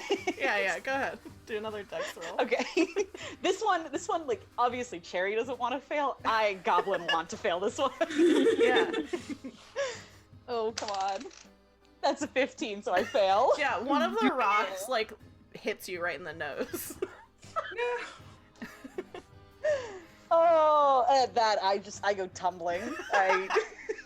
So I try and like kind of play it off as if it's part of the act, but it doesn't work. yeah, you get hit in the snout with this rock. Seam and Larkspur, the two of you seem to be the ones who are a little more skeptical about Hollyhock. And Cherry has gone away to do her own thing. Is there anything that you two want to discuss while Cherry is talking to Hollyhock? Like, we're gonna keep an eye on this one, right? Like, we're gonna make sure anything strange happens. We're gonna call it out immediately. Yeah. Mm-hmm. Okay. All right. We're on the same page. Cool. Yeah. Cool. Okay, so I think that conversation kind of happens as you look back over as you say, like, we're gonna keep an eye on the situation, right? You see a Cherry juggling a rock, hit her in the nose. She falls down to try to look like she did it on purpose. And I think Pecan kind of says, "Yeah, I Yeah, I think we should definitely keep an eye on this whole situation. You know, I love Cherry, but she's not the best judge of character. And you all are headed, I think, to this glass palace, albeit warily. Some of you warily, some of you just totally not wary at all. Rump face, like. Yeah. So I did put on Twitter, actually, and I think I can put it in the Zoom call for the benefit of you guys. Let me do it. What this palace essentially looks like. And I think I can put it in the Zoom chat. But this glass palace, I wholeheartedly stole this from the Mausritter Twitter. Sometimes they like tweet like or retweet things. Is it this one? Yes, it's this one. And somebody tweeted this, which if you go to my Twitter, you can see like the person who I'm stealing this from. But this image of what is it called? It's like the precursor to a, like aquarium or like terrarium. And it looks like a little like glass palace. So if you want a visual for what this thing looks like, you can head over to the Roll for Felicity Twitter. I retweeted it, I don't know, 10 minutes ago maybe. But for anyone who's not on Twitter or who is on mobile or whatever, this looks like it looks like a palace that's like made of glass with like some gold filigree on the sides. And it has like some plants and things inside it, but it looks like probably its original purpose was to like hold plants in, like you would for a terrarium, or have like plants that are like tropical plants, something more delicate, and has been repurposed by what you can see, a bunch of fae. It's kind of up on a table, but there is like stairs going up to the table, and also there's like fae kind of like flying around. And it's really beautiful. Is there anything that you all are doing to not be noticed, or are there any things that you're taking? You know, two of you said you're trying to be a little bit more careful. So Larkspur and Seam, I think specifically, what are the two of you doing to kind of like see like what the situation is, or prepare for maybe something going wrong? I think the two of you specifically, I'd like to hear if there's anything you want to do. I probably have Chewy scouting a little bit up, a little bit above, while still trying to not be too obvious that we're there. Yeah. Just being like, let me know if you see some weird stuff. Chewy like is going ahead and then coming back to you and like miming, because I think we established this is kind of how the two of you communicate, that Chewy kind of like mimes things. So he's miming like that there's like, I think what he's trying to get across, because I don't think he's ever seen a fairy before, and is like doing something where he's like going like, it's something that's kind of like me, but it's like not like me, like kind of charades. And so he keeps like going up and then coming back down and saying like, I think he says like that some of them have weapons, but that they don't seem like they're fighting. Like they don't seem like they have weapons in hand. They just are armed. And just kind of communicating that to you. And there's quite a few of them. And there's also some mice, I think he lets you know, that he kind of flies up to like the palace, which you can see through because it's glass, and says that there's some mice up there. Okay. I share that information with Larkspur. Yeah, Larkspur, what are you doing? Well, I already have my sewing needle out. Like it's like kind of like tucked away, but it's been out this whole time. Yeah. Can we tell if the mice are in distress if they're amongst the Fae, or does it look like it's like chill? Like how do you? Yeah, I don't think you can see the mice from where you are.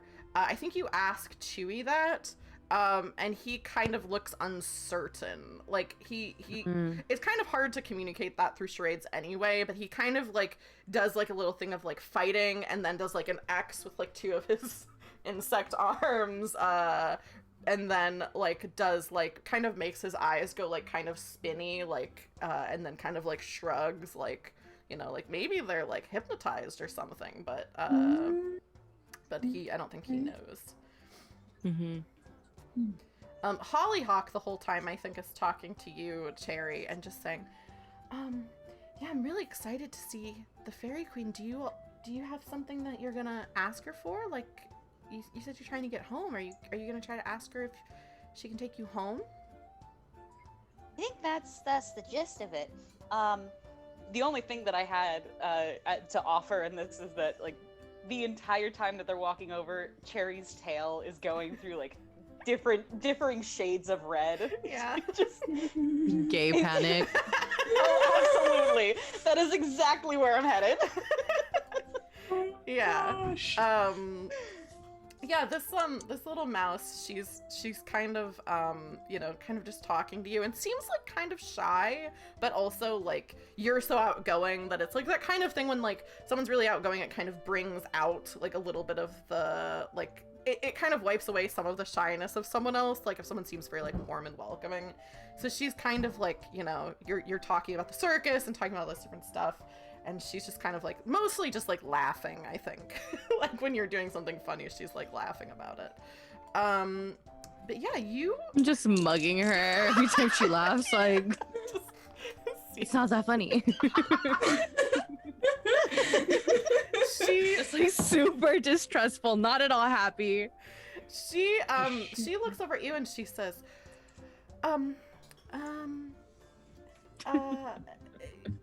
Are you okay? You seem just ignores her. Cool. I think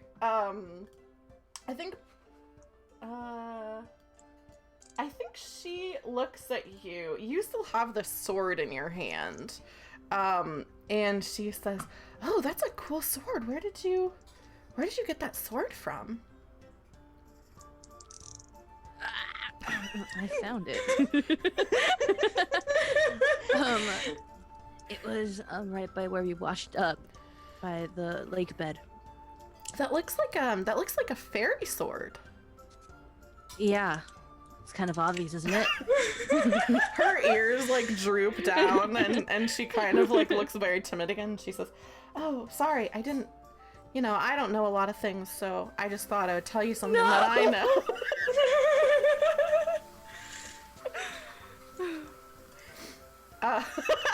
Do you know a lot about fairy weaponry? Do you know a lot about the fairy world? Ooh. I don't know a lot. I just know what it looks like. Usually the swords have some kind of magic or something. But I just know that because I've been around here for a little while. Didn't you say you were just passing through? Well, I'm just passing through, but I mean a little while, like, yesterday and today. So I saw them. I just saw some fairies flying around and they had swords like that. So maybe one of them dropped them. Yeah, guys, maybe just one of them dropped them. It's not that big a deal. I don't like this. Yeah. How convenient. You are getting so you're headed, I'm assuming, unless somebody wants to do something else, that you're headed up into the glass palace. Yeah. So you are getting closer and you are definitely attracting like looks from these other fae. And I think as you're kind of going up the stairs, there's some fairies that are like kind of, they can fly, they have wings. So they're kind of like flying like and buzzing around you. They do look a little bit insect-like. Like a lot of them have kind of insecty wings and they're like definitely humanoid shaped, but like a lot of them have the kind of like their skin is kind of the tone of like camouflage that bugs would have. So some of them are green, some of them have like brown, like mottled kind of skin. Some of them have like gray and black skin, but it looks like different. I think some of them even look a little bit as if they would like maybe be camouflaged so they could be near water. So they look kind of like mossy and like a little bit like of that like water distortion, So they look humanoid, but they have kind of like some insectoid like features. And they're all kind of like, as you're coming up, they're all like laughing and like kind of tittering, but you can't quite hear what they're saying. And they also are not speaking in a language that you understand. Like they have their own language that they're speaking. None of them are doing anything to hurt you, but they are surrounding you as you're going up these stairs to the top of the table. Starting to feel a little outnumbered. I realize there's a lot of fairies here. Thought there was only gonna be a few. I feel like this is all going over Cherry's head, and she's just like, if there are any like fairies that are staring at us, she's doing the like, I'm a child or younger, and I have not picked up on social cues, and she's just blankly staring back at them. Yeah. Yeah, so they're all kind of surrounding you, and you can hear this like excitement building. There's probably like 6 of them by the time you get to the top of the stairs. And they're kind of almost ushering you into this palace. As when you come in, you see a big pincushion, like one of those like tomato pincushions, and seated on it, with her tiny legs kind of crossed, you see a fairy, who her wings are kind of like a dragonfly's, and her skin is mottled with like greens and like dots of red, and she's wearing a dress, and the bodice is made of like ivy, like the top part of it is like ivy, and then the skirt, it seems like it's made of fern fronds, so it's this big kind of like poofy skirt, and she's sitting and looks at you all and kind of like clears her throat. She's also surrounded by, I think, like 6 mice. Let me see if that's the right number. Yeah, so there's six mice, and then there's about 7 fairies that are kind of have followed you up here. And she's, one of them has like this big leaf that they're like waving as a fan on her. Another one of the mice has like a little tray of like berries that they're feeding her. The mice all seem like they're waiting on her. The mice have like little flower crowns. Some of them, their skin seems to be dyed to be like kind of more camouflaged in the way that the bugs, or in the way that the fairies are.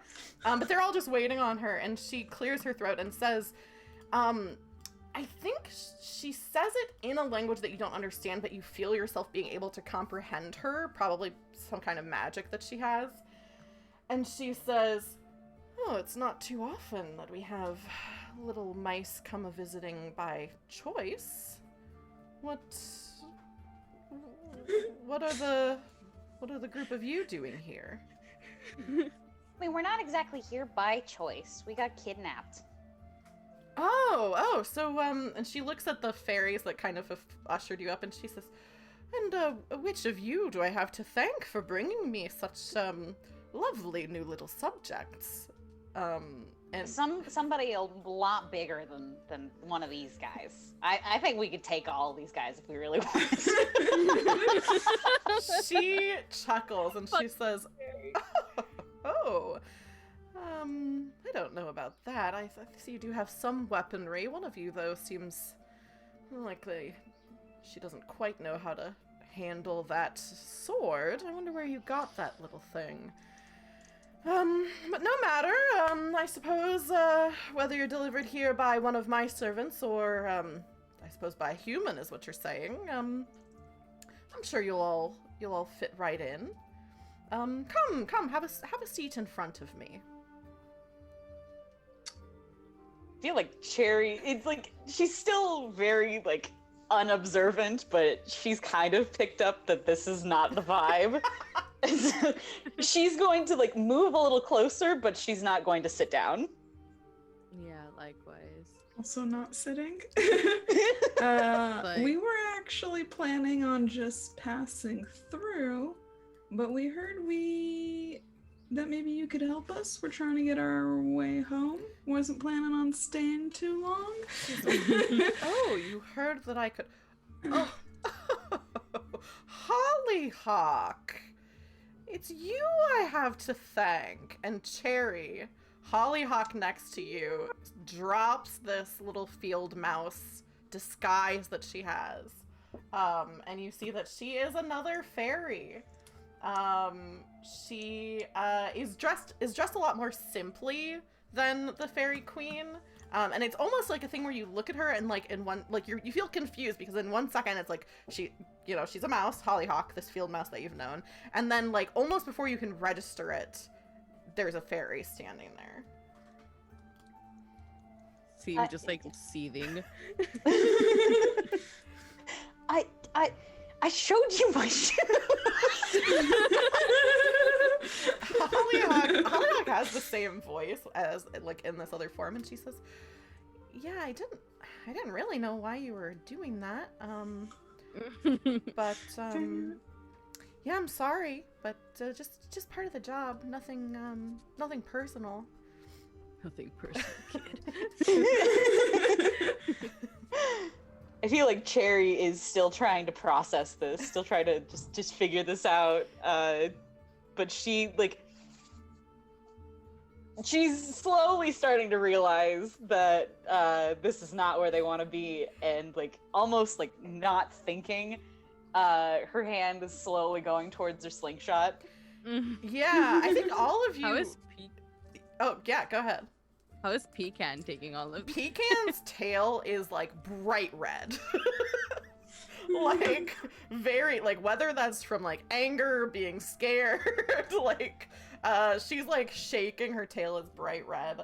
I think this queen looks at all of you and she says, "Oh, it seems like you're quite a feisty little bunch.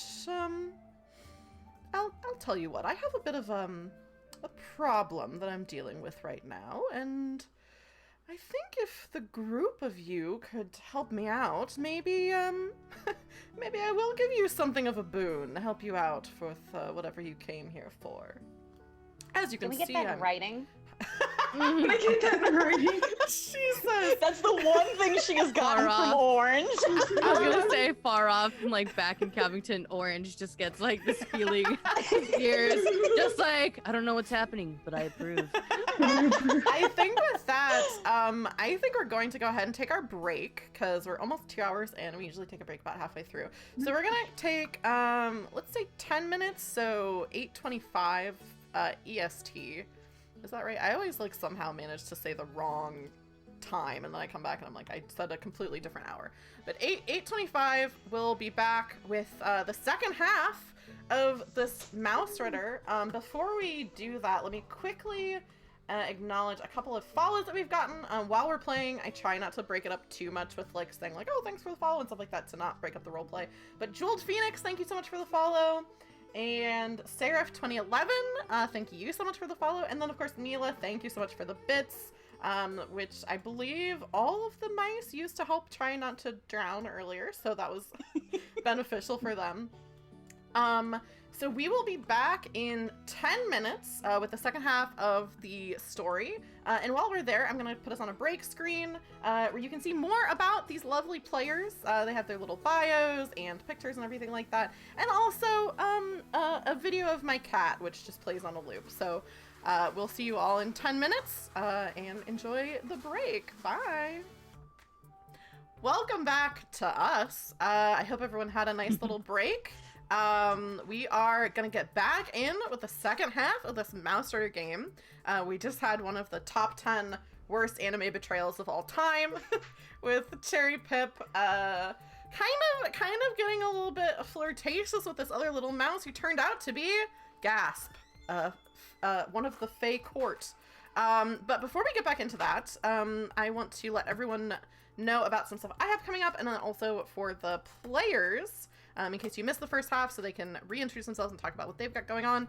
First of all, if you're not familiar with the channel, my name is Taylor. I play tabletop games, and then I also play video games on here on Tuesdays usually. And something exciting I have coming up is on Sunday, we're doing our first stream that's a character creation stream for a Good Society campaign. So that's going to be like, instead of a one-shot, it's going to be like 4 or 5 sessions. And everyone's gonna be making their characters on Sunday, so I'm very excited for that. We've played Good Society on stream once before, and it was really, really, really fun. So it's gonna be the same players as last time. That's gonna be really cool. And then on the 27th, I think, and Tag, who's in chat, is one of those aforementioned players. So shout out to Tag. Then also, I think it's the 27th of this month. I'm gonna be playing Fiasco with some people.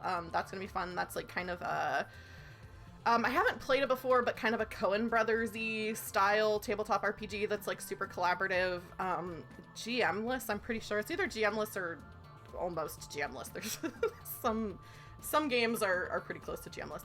Yes, Fiasco rules. Yeah, 2 of the players have played it before, 2 of us have not. So I'm very excited for that one.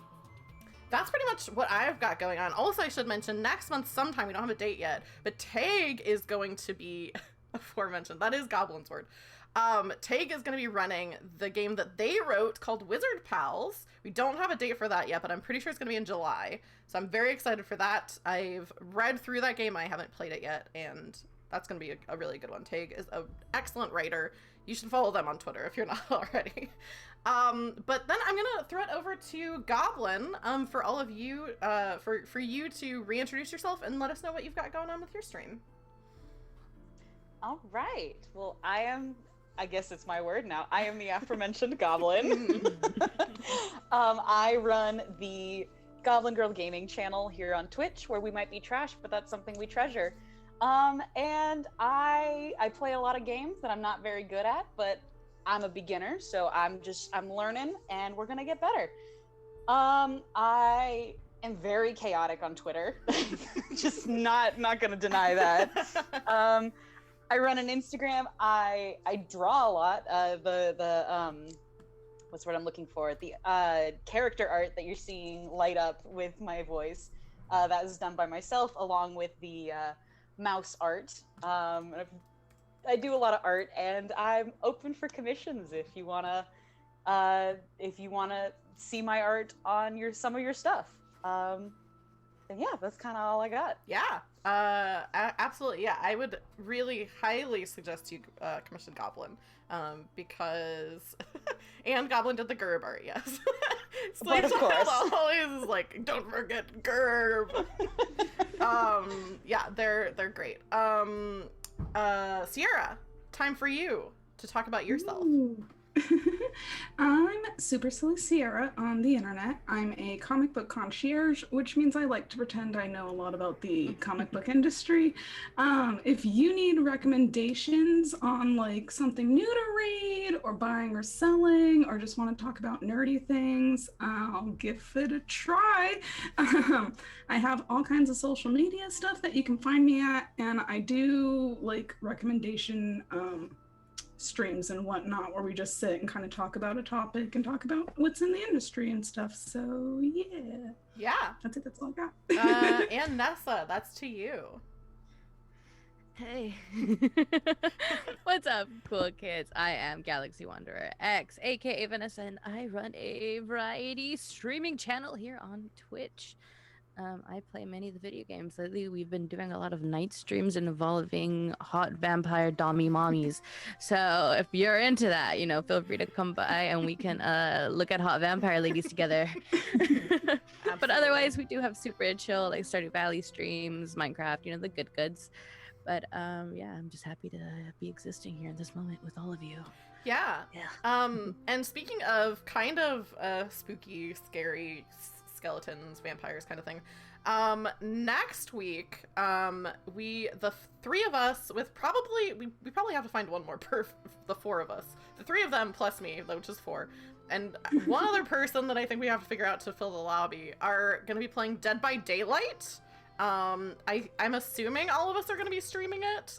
We haven't worked out all the details yet.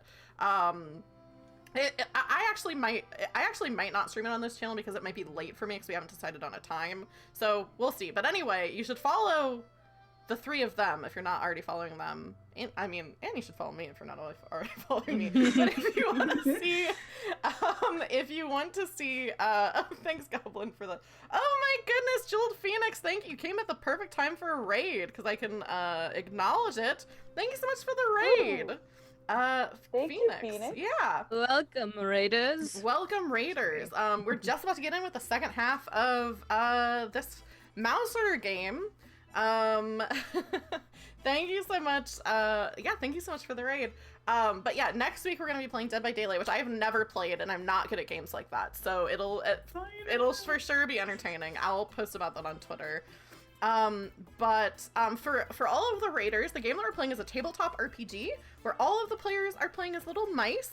Their character art you can see on screen. And we're about to get into our second half. What happened so far is that the players are far from home. They got kidnapped by a human during the last one-shot, and are now far away from their home of Calvington.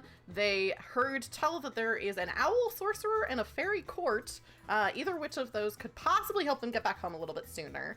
But they have made it to the Fey Court, found that their helpful little guide of Hollyhock, who's a field mouse, was actually a fairy in disguise, much to Cherry Pip's dismay and to little surprise, I think, to Larkspur and The seeing betrayal. the betrayal. And the last thing that happened before we went to our break is that the Fairy Queen said that she had a proposition for these adventurers, that perhaps they wouldn't have to be enslaved or used as servants for the Fairy Queen, that maybe she has a proposition for them. So I'll cut back in with her saying just that. Looking at the group of you, having just congratulated Hollyhock on bringing you all to her, and says, I suppose I have a bit of a proposition for all of you, if you're willing to entertain the idea. Well, it's better than being enslaved, right? I still want to get this in writing. Oh yes, that's right, Goblin said. Cherry said she wanted it in writing. That was the line we cut away from. She says, certainly, I understand your trepidation. You know, we haven't been completely honest with you, but I will say, honestly, you have few choices here. You can either join my retinue, who are very happy, as you can see, and she, like, one of them, like, hands her a berry and she eats it, wipes her mouth and says, or, you can take care of that owl for us. The choice is yours. I mean, it's not really much of a choice now, is it? Well, it's certainly a choice. You don't get all the choices in the world. Life isn't like that, unfortunately. And somebody hands her another berry. And she says it. Yeah. My Life brain is- just keeps going. Hey, Mr. Owl, how many licks to get to the center of a Tootsie Pop?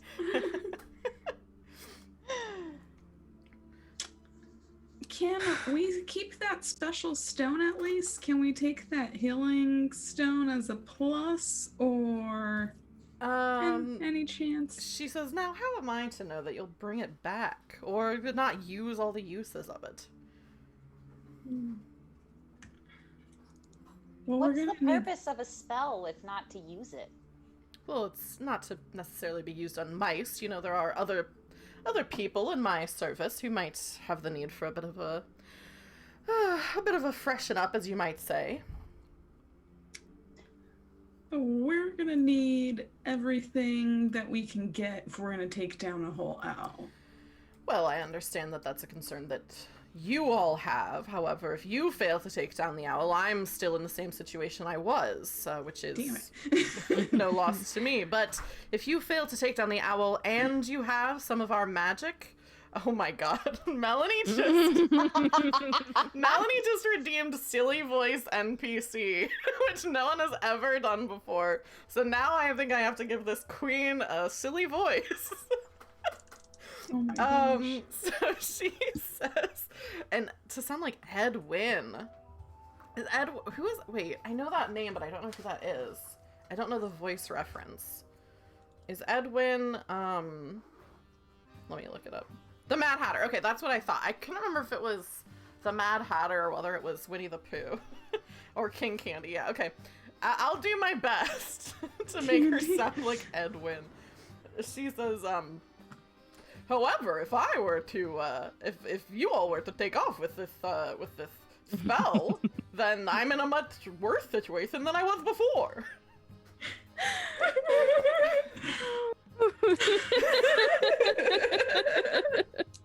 I was getting ready to beam this character in the head, and now I can't take it seriously anymore.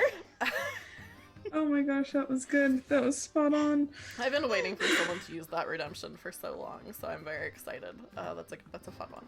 But yeah, she looks at all, and her voice has been like this the whole time. Yeah. So she says, so you can sense my trepidation. can't argue with that voice. I feel like Cherry, who again is just like bristling, like starting to say something to the effect of like, you can take that trepidation and shove it up your ass, but Pecan has kind of like regained her. I feel like Pecan has regained her composure enough to like kind of Yeah, puts her hand over your mouth. Exactly. I'll say this. How about you leave something of yours here with me, and then I'll let you take this spell with you, or perhaps maybe Hollyhock could come along, watch from a distance, and if you have need of the spell, they can use it again.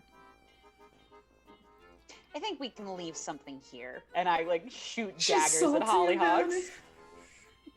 it. Ooh. I am betrayed. All right, so what are we willing to leave behind? Pecan! The queen is looking at Pecan, I will say. Because the rest of you are armed. Pecan is not armed. Like, you all are, like, kind of adventurers. Pecan is just, like, a person who works for a circus. So the queen is looking at Pecan. I refuse to leave Chewy. I mean, Pecan, what do you think? Do you think would you be okay staying here for a little bit?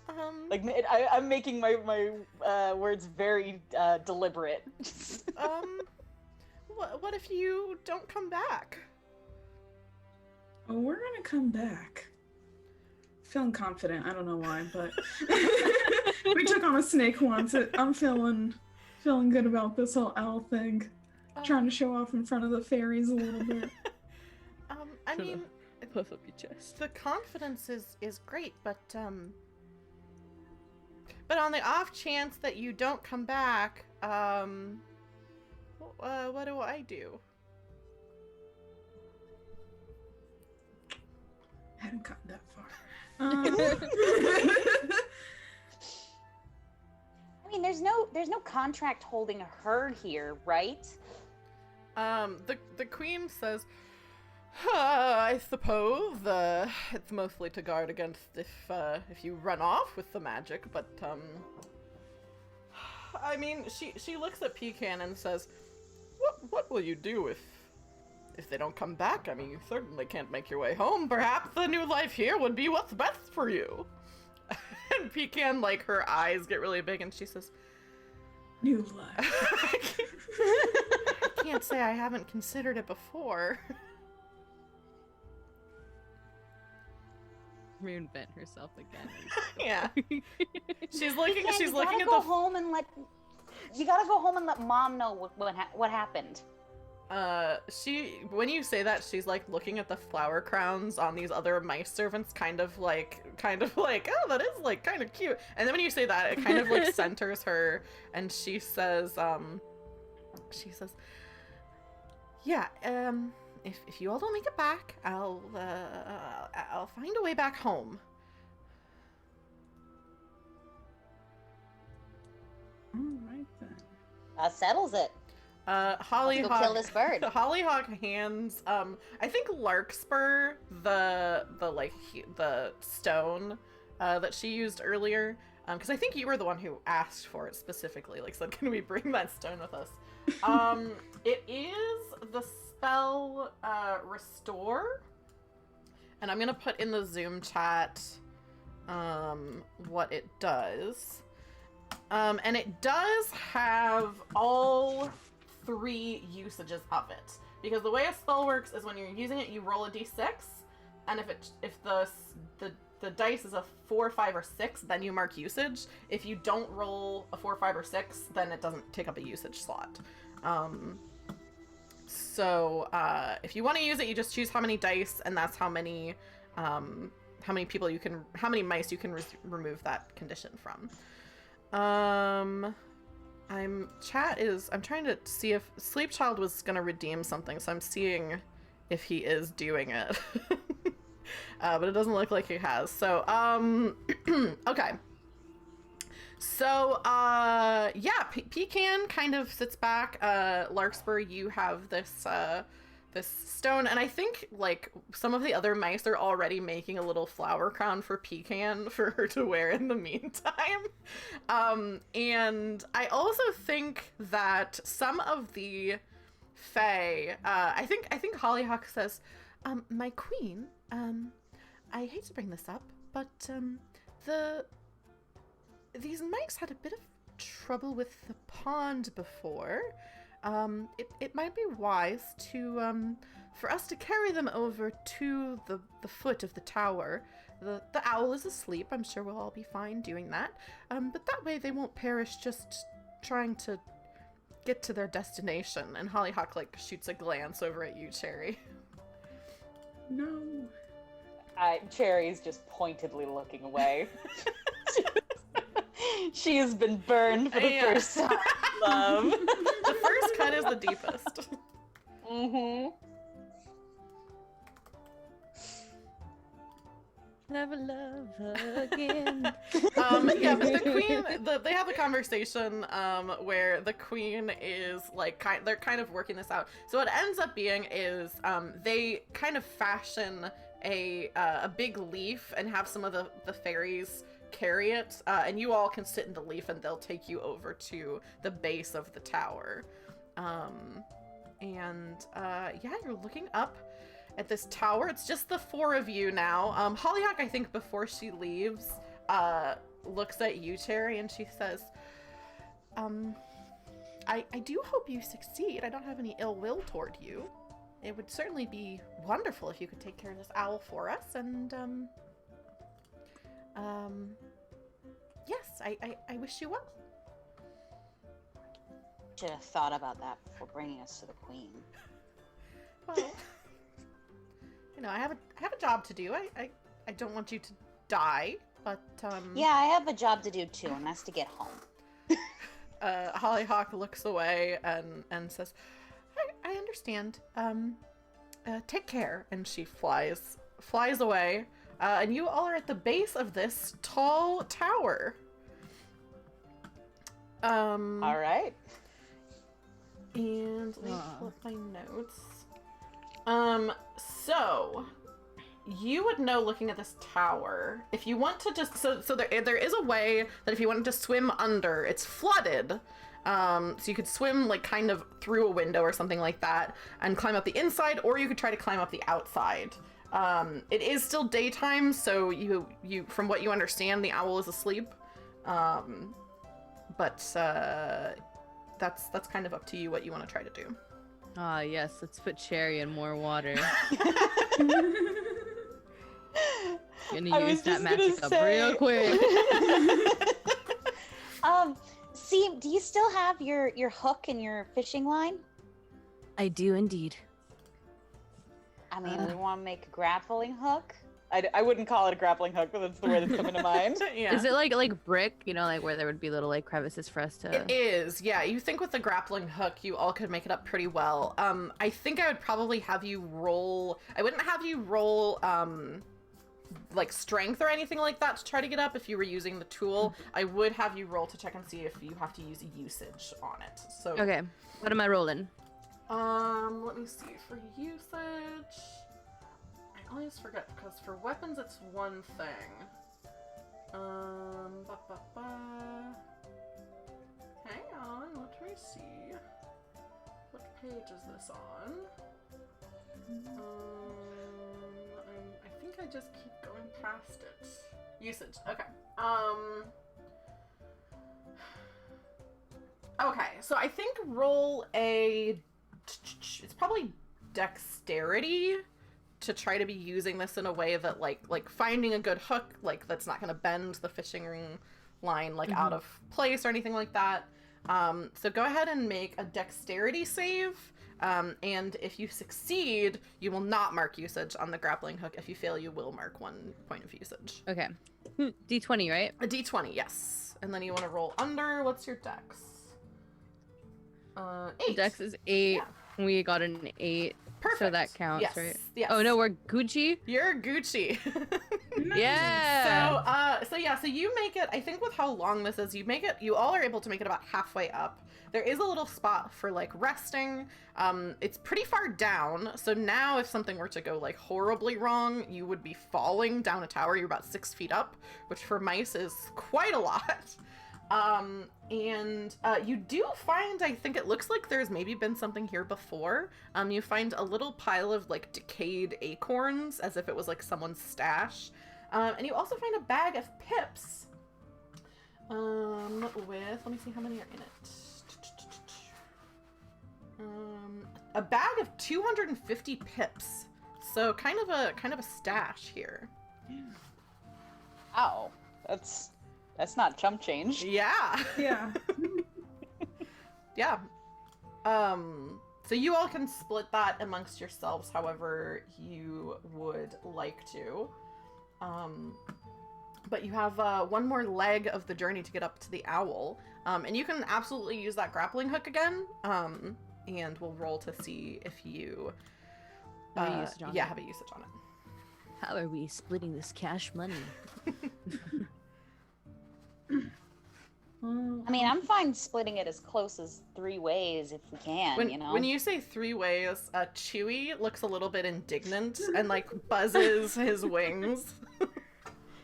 I'm sorry, Chewie. We can split it 4 ways. Chewie has his own bank account. Oh, yes. I love that, like, Vanessa, your character is supposed to be like Chewie's friend, and you like are always like, he's not a person.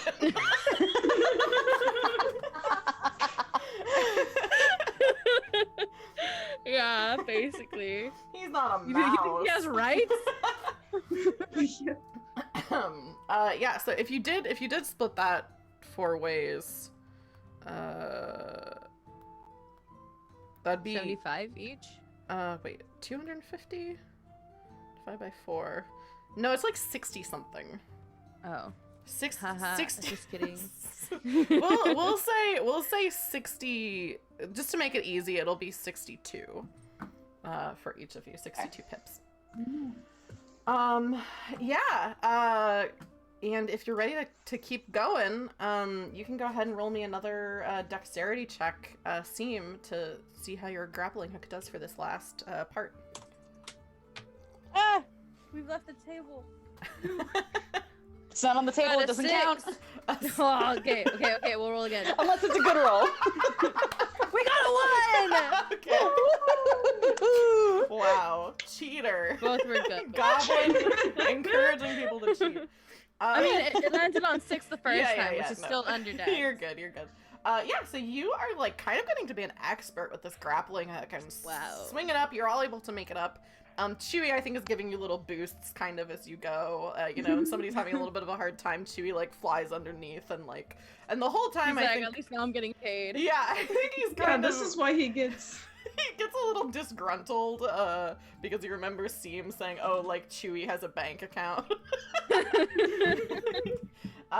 But yeah, you're able to get up. When you get up to, I think what's like a kind of window, like an arched window, no glass, just open, and peering in, you can see indeed it's starting to get, because you all have had kind of a full day. You've done a bit, and climbing this tower, although the rolls were quick, took a while because it's like 12 feet tall. So tough for all of you to do it, even though you didn't have to roll too much to do it.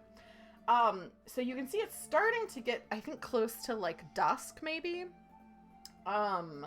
And you can see this barn owl asleep in kind of, I think, perched up in the room, like kind of the top of the room. And the room has like a lot of kind of interesting stuff. So I think there's like you see I think especially because you're kind of like, oh, like what could we take back like with us if we get to like a mouse settlement, like so you do see some let me see. I think you see a jeweled pendant that looks like something you all could carry that's kind of hanging from like a mannequin.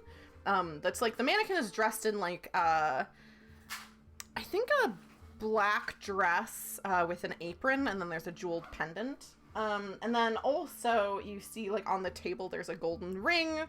And like I said, up kind of towards the ceiling there's this owl, which a barn owl, for anyone who isn't familiar, is like a kind of like gray or white owl with like a heart-shaped face, and like a little beak coming out from that. Seems to be asleep, but it is getting close to the time when you think it might wake up. What the heck kind of human lives here? Like, that's the first thing that came to my mind. In the middle of a lake. In the middle of a lake. Okay. We have some options here. We could maybe wait and spend the night and like wait for it to fall asleep again. We could reenact our daring snake plan. Or we could just go for it right now. Just try and get it over with. Or what if we have a conversation with the owl and see if maybe he wants to get rid of the fairies? We're gonna start a war.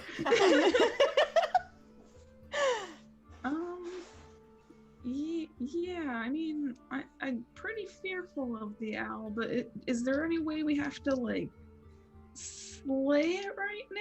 Do you think there's any compromise we can find?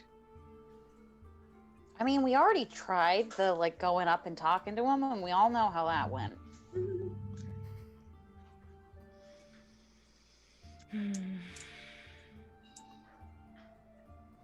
Well, we do have that fairy. Was it an axe? Was it a sword? Fairy sword? Sword, yeah. Which might help us. I'm nervous to use it. I don't know what it's gonna do. Yeah, you're pretty sure it's cursed. I don't know if you've Yeah. if you verbalized that to anyone else. Well, guys, I think I made a boo-boo. Look, so I think this may or may not possibly have been detrimental to my existence by touching it because I don't want to put it down. I think you would have maybe noticed this when Seam was climbing, relying on Just like- one hand and like their tail and their like teeth to climb, and one hand just holding the sword the entire time. I thought that was weird. Yeah, I did pick up on that. That's interesting. Just thought you felt safer with it. Security blanket. Yeah, so I don't know if something bad will happen if I use it. Well, can you put it down now? Could you drop it now? I just stare at you. My like grip just like tightening on it. All right, well, we'll figure that out later. So what do we do about this? Put that aside. Well, here's what I'm thinking. I think that any of or our two options of either fighting him or talking to him. I think that maybe our best bet would be to like wait the night out, and like if we want to fight him or if we want to talk to him, we'll have some time to like really suss it out overnight, and he'll be coming off of his hunt. I think that's what owls do. He'll be coming off of this hunt. He'll be a little tired in the morning, and I don't know. I think he'll be a little bit more agreeable when he's like coming off of a hunt. Okay, all right. So we attack at dawn. Precisely. Precisely. Yeah, do you all want to look for, like, where are you taking this rest? Are you just doing it in this windowsill, or like what's the sitch? Is there like a sofa we can hide under for the night, or like there is anything? There is a bed, I think. I don't think there's a sofa, but I think there is like a human bed. Definitely that you can see. Actually, I think it might be kind of below the window so that you could jump down onto it for a soft landing. And then there's also like a desk with like a bunch of papers on it. So there's definitely some places if you went into the room you could probably sleep. All right. Well, my money's on spending the night. I like it. Cool. should we try under the bed then? Is that the safest? I mean, that seemed to work out for us last time. Yeah, that's right, actually. Find a human bed, sleep under it. Yeah. Go with what you know. Yeah, you you all kind of jump down onto this bed. I think you all notice that like when you jump down there's kind of like a puff of dust, as if this bed has not been slept on for some length of time. And scramble down underneath the bed and take your long rest. And I believe if you're doing that, that's going to take care of that kind of like exhausted / sick condition that you've been dealing with today, Seam. When you had a bad... Exhausted, grossed out, ate a bad only one hand because I got a sword in the other. Yeah, what are you doing to accommodate the fact when you're sleeping that you really need to be holding on to the sword? You just prop it like this, and then you can rest your head on it. Yeah. Comfy enough. Seam basically, as soon as you all get settled under the bed, like passes out, sword in hand. Yeah. And I think Cherry, the fact that Pecan isn't here is most noticeable to you, because she normally would have like kind of a string of like petty complaints and like grumbling because she's not used to this kind of like adventure-y kind of life, but it's like very quiet as you all are settling down to sleep. I think that once Cherry picked up on this, she, just being her stubborn self, would refuse to acknowledge that she misses her sister, and would just be trying to crack jokes to Larkspur. It's like, yeah, Pecan would probably be complaining about how much dust there is under here, just like just needling her with her not being here, to the point where I would assume Larkspur would pick up on the fact that yeah, Cherry misses her sister. Yeah, Larkspur, is there anything that you are like saying in response as like Cherry just keeps bringing up like Pecan like kind of in a complaining way?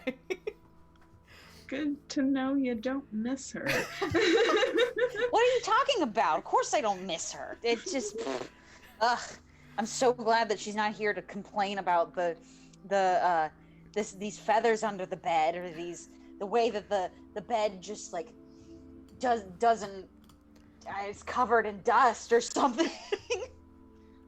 Maybe I make a comment about what that's like a little like too rude. That's like, yeah, we won't have to put up with her snoring at night anymore or something. Like... Hey, that's my. Like in that, she gets very like, I'm the only one who's allowed to bully my sister. Yeah. Yeah, you all so love her. I think anyone who stays up a little bit later here, you hear the owl. Like it's almost silent. I think Larkspur, I think you're kind of the one who's most apart from you and Seam have both been pretty like on edge this whole time, but Seam is asleep. Yeah. But you, I think, stay up late enough to hear the owl kind of silently whoosh past and seemingly go out for their nightly hunt before you head to sleep. And I think the thing that wakes you up is the sound of it coming back. I think it lands on the little windowsill, and so you hear the like kind of clatter of these like talons, and that's your wake-up call after you take this the sleep. Go ahead and mark a usage on your pips as well, because you would have, or not pips, sorry, rations, because you would have had rations before you went to bed.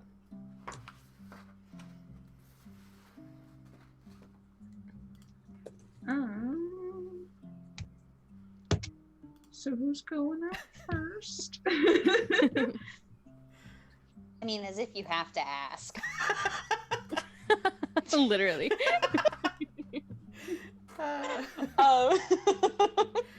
I feel like Cherry is like still trying to figure out these feelings she had with Hollyhock, still like just trying to figure out everything, and she's like, I'm just gonna pack this all up and we'll deal with this after the adventure. And so she marches out from under the bed and says something to the equivalent of like, hey, ugly. Going for it. Yeah, All right. You march out as you see this, like, almost, like, one thing that barn owls, like, in real life, people have sometimes mistaken barn owls for, like, ghosts, because they're so pale, like, gray-white, and they're so silent as they fly. So you say this as this barn owl is flying back up to its perch, looking pretty sleepy, and you say, you know, hey, ugly, and you see these big, round, totally black eyes looking like into your soul, it feels like, and it just turns its head ever so slightly. I would also like to point out that I have my light spell in hand, like just like I'm not just charging into this firsthand. Yeah, go ahead, and I think one of this is kind of its ability as you come into its area. Go ahead and make me a will save. Oh no. Oh, well, will is my highest score. Will is so good for you. Hopefully I'm okay. I got an 8, so Okay. I passed. So you feel, as it, like, looks at you, this wave of, like, instinctual terror, but are managed to shake it off, because you're looking at, like, this is the predator of mice. Like, if you want to say, like, something that kills mice, owls or cats, that's going to be probably the two things. So this owl kind of, like, turns, and you feel this instinctual terror and let it kind of wash over you as you stand there with your spell in hand. And it's not moving or anything, it's still just looking at you. You got a name? So I don't have to keep calling you ugly? His name is Ugly. Yes, it turns and looks at you, and again, normally I think Cherry would know this. Like, mice and birds don't share the same language, like, can't really communicate, but it ruffles its feathers, and says, I do have a name for this owl. I feel like as the owl ruffles its feathers, it would be like, I mean, the implication is feathers, but I think, I don't know. You can't call Oh a my mouse gosh. whiskers. That's kind of a slur, you know. I don't want to be insensitive.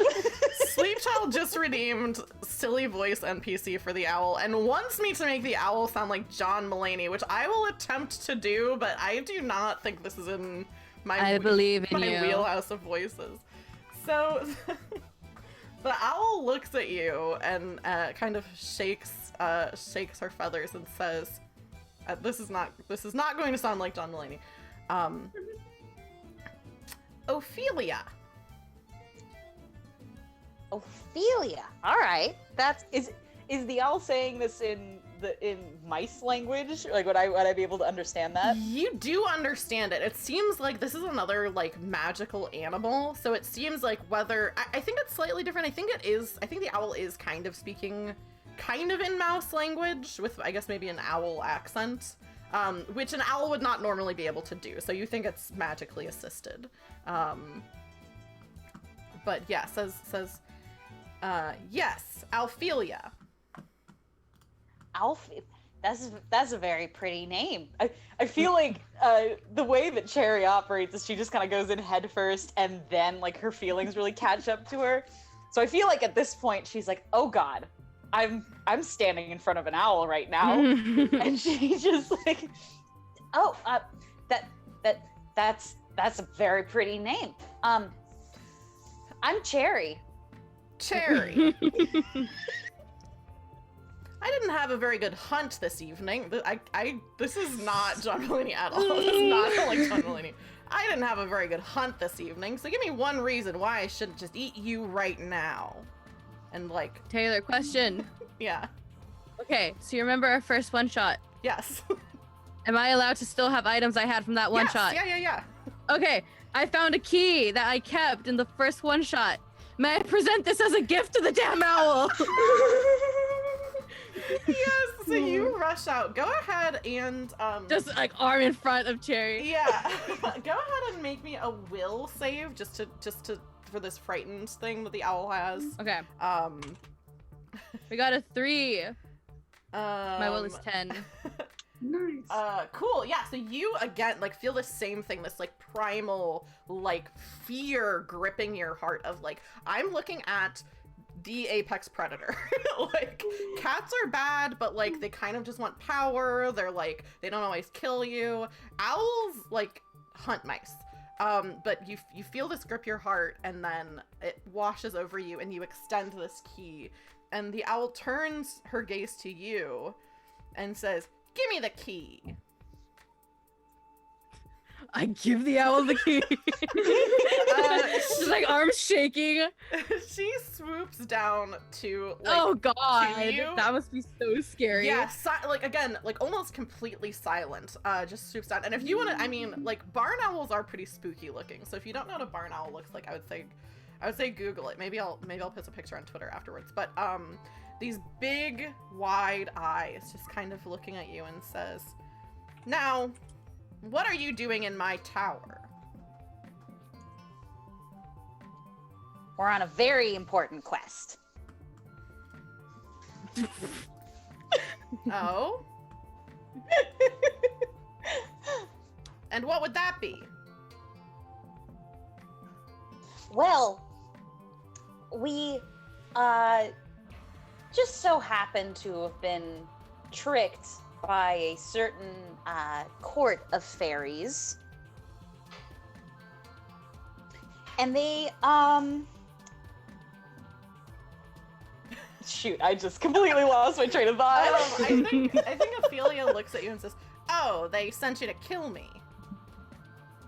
Yeah. That's what they want us to do. Yes, well, I doubt you'd succeed, I have to say. 2 little mice? And then my hand pops out from under the bed and says 3.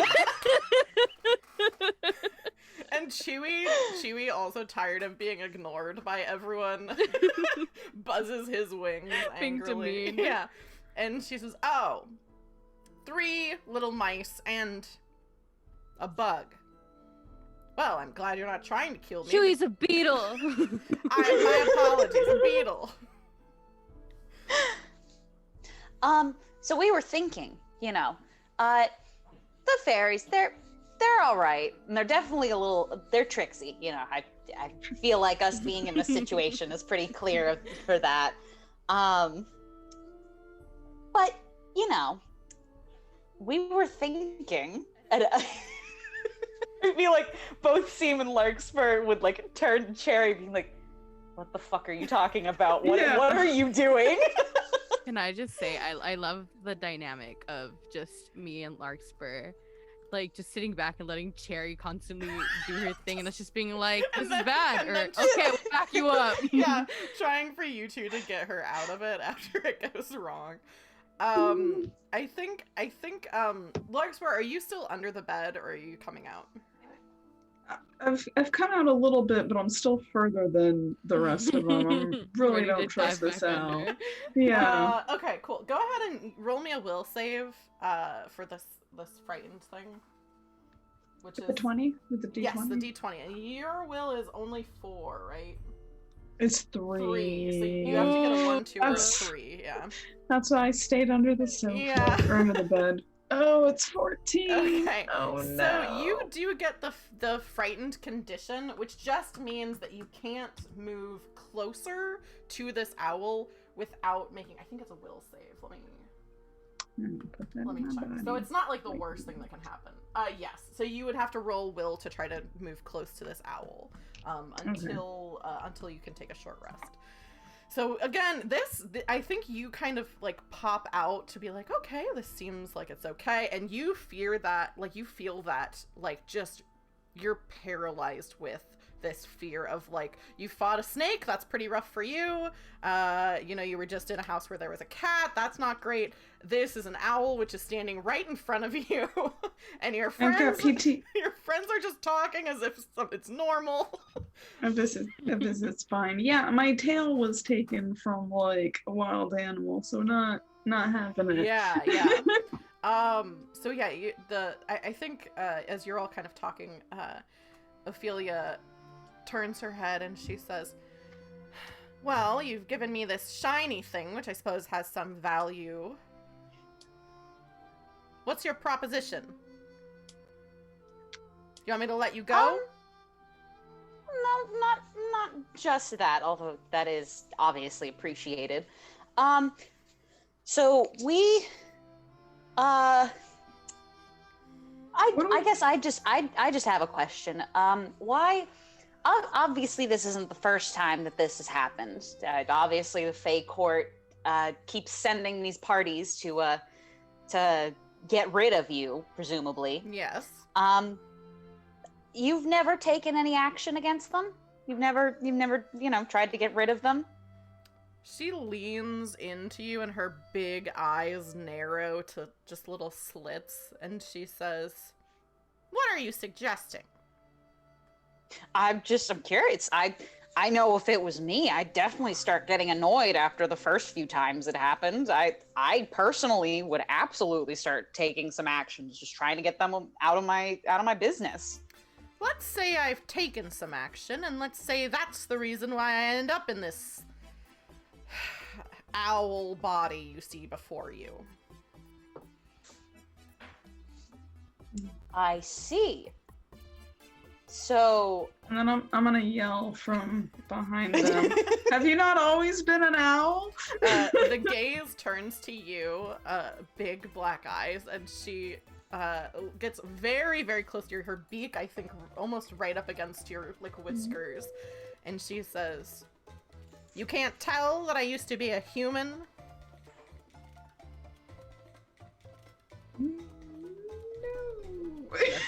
Your tower.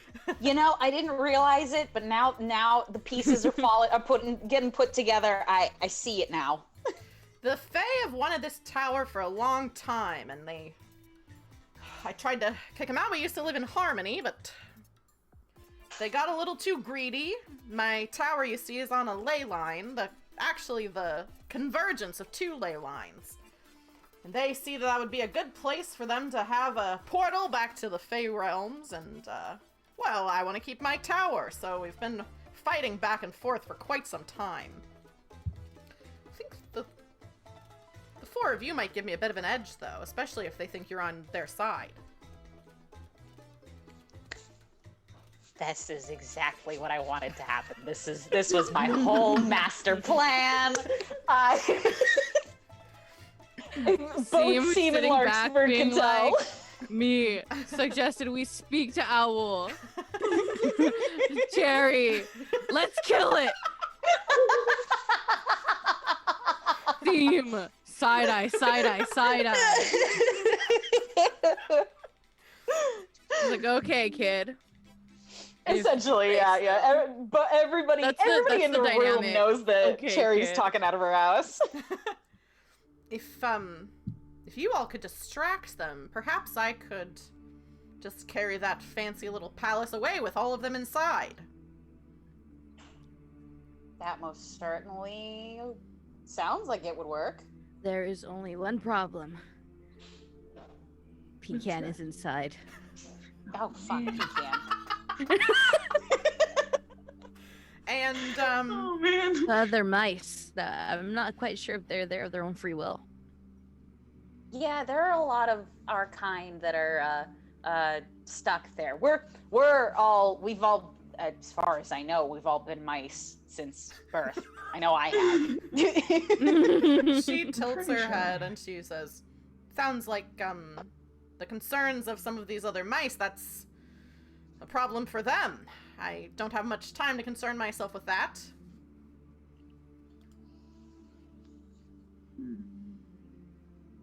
Yes, but one of those mice are part of our group. Like, if she gets hurt, then the deal's off. I think she kind of flies up onto the bed and like looks down at you, and says, I suppose if there's only one mouse we have to look out for, could make that work. It would certainly be worth my whiles. I'll add one thing then. The Fae have taken something from me. One of those spells I have a collection of. And she kind of like extends her wing out, and you can see like kind of tied to like the underside of one of her wings is a little little bag. And Cherry just is it in Larkspur's bag? Yeah, it's that one. Yeah, that's in Larkspur's bag. Yeah. Okay. I feel like Cherry would just like her eyes would go wide, and she starts frantically digging through Larkspur's bag, like darts over there, and it's like, Larkspur, give me the thing. I mean, I guess if this is gonna fix things. So do we just like give them the spell? Like, wait, is that like, so if we give the owl the spell, do we still have to get rid of the Fae? Yes, the spell is in exchange for not harming your little friend. Pecan? Pecan? Pecan. Pecan. All right. Well, we'll cross that bridge when we get to it. Like this is in exchange to for Pecan's safety. You know, if she stays safe, then we'll give you the spell. That sounds fair to me. All right. Have we made ourselves a deal? Yeah, I think she flies back down and holds out like a little talon to like shake on it. Seem just like smirks and turns to Cherry and is like, "You're not gonna get it in writing." I trust an owl a hell of a lot more than I trust a fairy. I wanted to go to the owl in the first place. Yeah, so I think because we are cutting close on time a little bit because we wanted to be done by like 10 at the latest. So I think we can kind of go through all this. What do you think is I'll give you all a chance to plan. What is your plan of attack to pull this off? Like to get, because like, I think Ophelia says like, you know, brings up like, oh, I can like do my best not to harm Pecan, but like the way that she's saying it makes sense to her to handle this is to just take the whole palace out of here, with the Fae inside. And so she's kind of like going like, okay, like basically, do you all have a better idea, a different idea of how to get rid of the Fae, or is there a way that you have that you can think of to get Pecan out? Because we have to trade the spell for Pecan, right? That was like the original agreement. So we would have to somehow grab her with the spell in our hands and dip. Yeah. I was gonna say we could try to do like a distraction in which like we are like, okay, we killed the owl, we're leaving, but then we'd have to return the spell in that moment. So I don't know what to do about that. Yeah. I actually have an idea, which is rare for me because I usually fly by the seat of my pants. Yeah, go for it. So, here's what I'm thinking. The Fairy Queen obviously wants the owl dead, or just wants the owl out of the way. Like doesn't want to have to deal with it anymore. The Fairy Queen also seems to have a lot of mice in her employ. How about we were to give the impression that we had captured the owl, fly her over to the fairy castle, and imply that the queen could take her into her court and be part of her handmaiden employ. I don't know if it's employ, but Yeah. Okay. Because then we have the owl, we have Ophelia in the castle where she can wreak as much havoc as she'd like. We get Pecan back, and with the added bonus, Alphelia obviously is a little bit bigger than a mouse handmaiden. Can maybe do a little bit more than a mouse handmaiden. Could probably get some of those mice out. That's true. Is she gonna believe that we were able to capture the owl? Like, how do we present the owl? How do we present the owl to them? We can't just walk up. Is she gonna trust us just like walking in there? I mean, Larkspur, do you still have that the twine, the string? I got a little twine left. We can put it around its ankle, right? And walk it in. I like it. Okay, sorry, but like the thought, like the mental image of like a little mouse, like with just a little like leash around like the ankle of an owl. I'm definitely gonna try and draw that after stream. Yeah. Please do. So actually, what I was thinking is, how much twine do we have left to work with?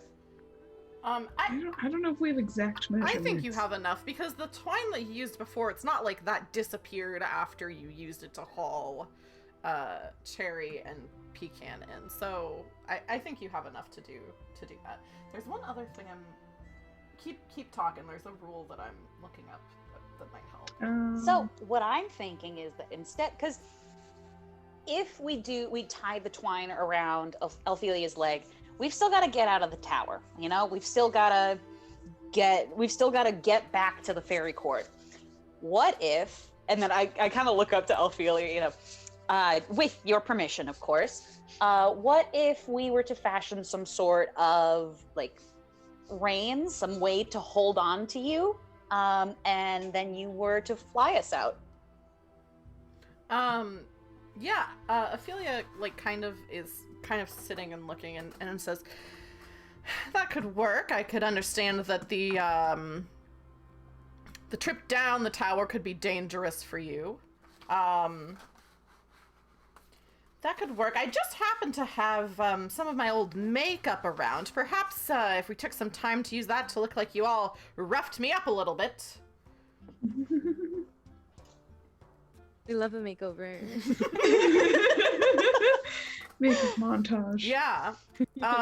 Would I, like, being a performer and being in the circus, have any experience with, not necessarily makeup, because I don't know if we would have access to that, but like painting your face in some way? I think so. I mean, there's clowns in the circus. And also this is one of the things with Mausritter where it's like, there's not a ton of pressure to do this by a certain time. So you can, like, you know, what I did was I rolled a luck check to see if the owl would have had makeup before. So I rolled something, she does. So that's kind of the mechanics-wise thing that's already happened. So I think if you all take some time to do it, then yeah, you could definitely, at least from a distance, make it look like you've kind of roughed Ophelia up. All right. What do you say we get to work? Can we talk about how Ophelia, like a lake, you know, Shakespeare? I didn't even think of that. I picked the name because I thought it was funny that when she was a human, her name was Ophelia, and when she was an owl, her name is Owlphelia. So yeah, you all do like a makeover montage, except you're making someone look like shit. And, tie the twine, and I think our fly. So you wanted to have the twine like in her beak? Is that what you said? Like a rein? Kind of, yeah. Like either that or just a way to like tie ourselves to her back. Yeah, I think she would definitely have some things here too. So like between the twine that you already have and then maybe like some clothing or like scraps or things that she has in this tower, you're able to do that. Fashion something, make her look kind of rough. And you all are you all climbing on her back? I'm assuming. Yeah. I know Cherry is. Yeah. You all climb on her back and she dives down towards this palace, and the wind is rushing past you as fast as you were going when you were on that bike back in the first Mausritter adventure. This is so much faster because she's just diving down at a terrifying rate. I think, Sierra, go ahead and take off that frightened condition since you're kind of like working with the owl now. Doesn't make sense. I'm gonna be like, I can't even get on. I was like, no, I'm still scared though. Yeah, you can still be scared. You don't mechanically have to be. And like you've all, I think, been talking and prepping like while you were doing this work, and now it's like suddenly, I think, maybe occurring to some of you like, oh, this is okay, it's happening. Like this is a very fast flight and we're gonna be there like any second. And as this thought is occurring to you, or whatever thoughts you're having as you're, you know, getting close to this palace, you're there. Like by the time you've thought it, you're down there.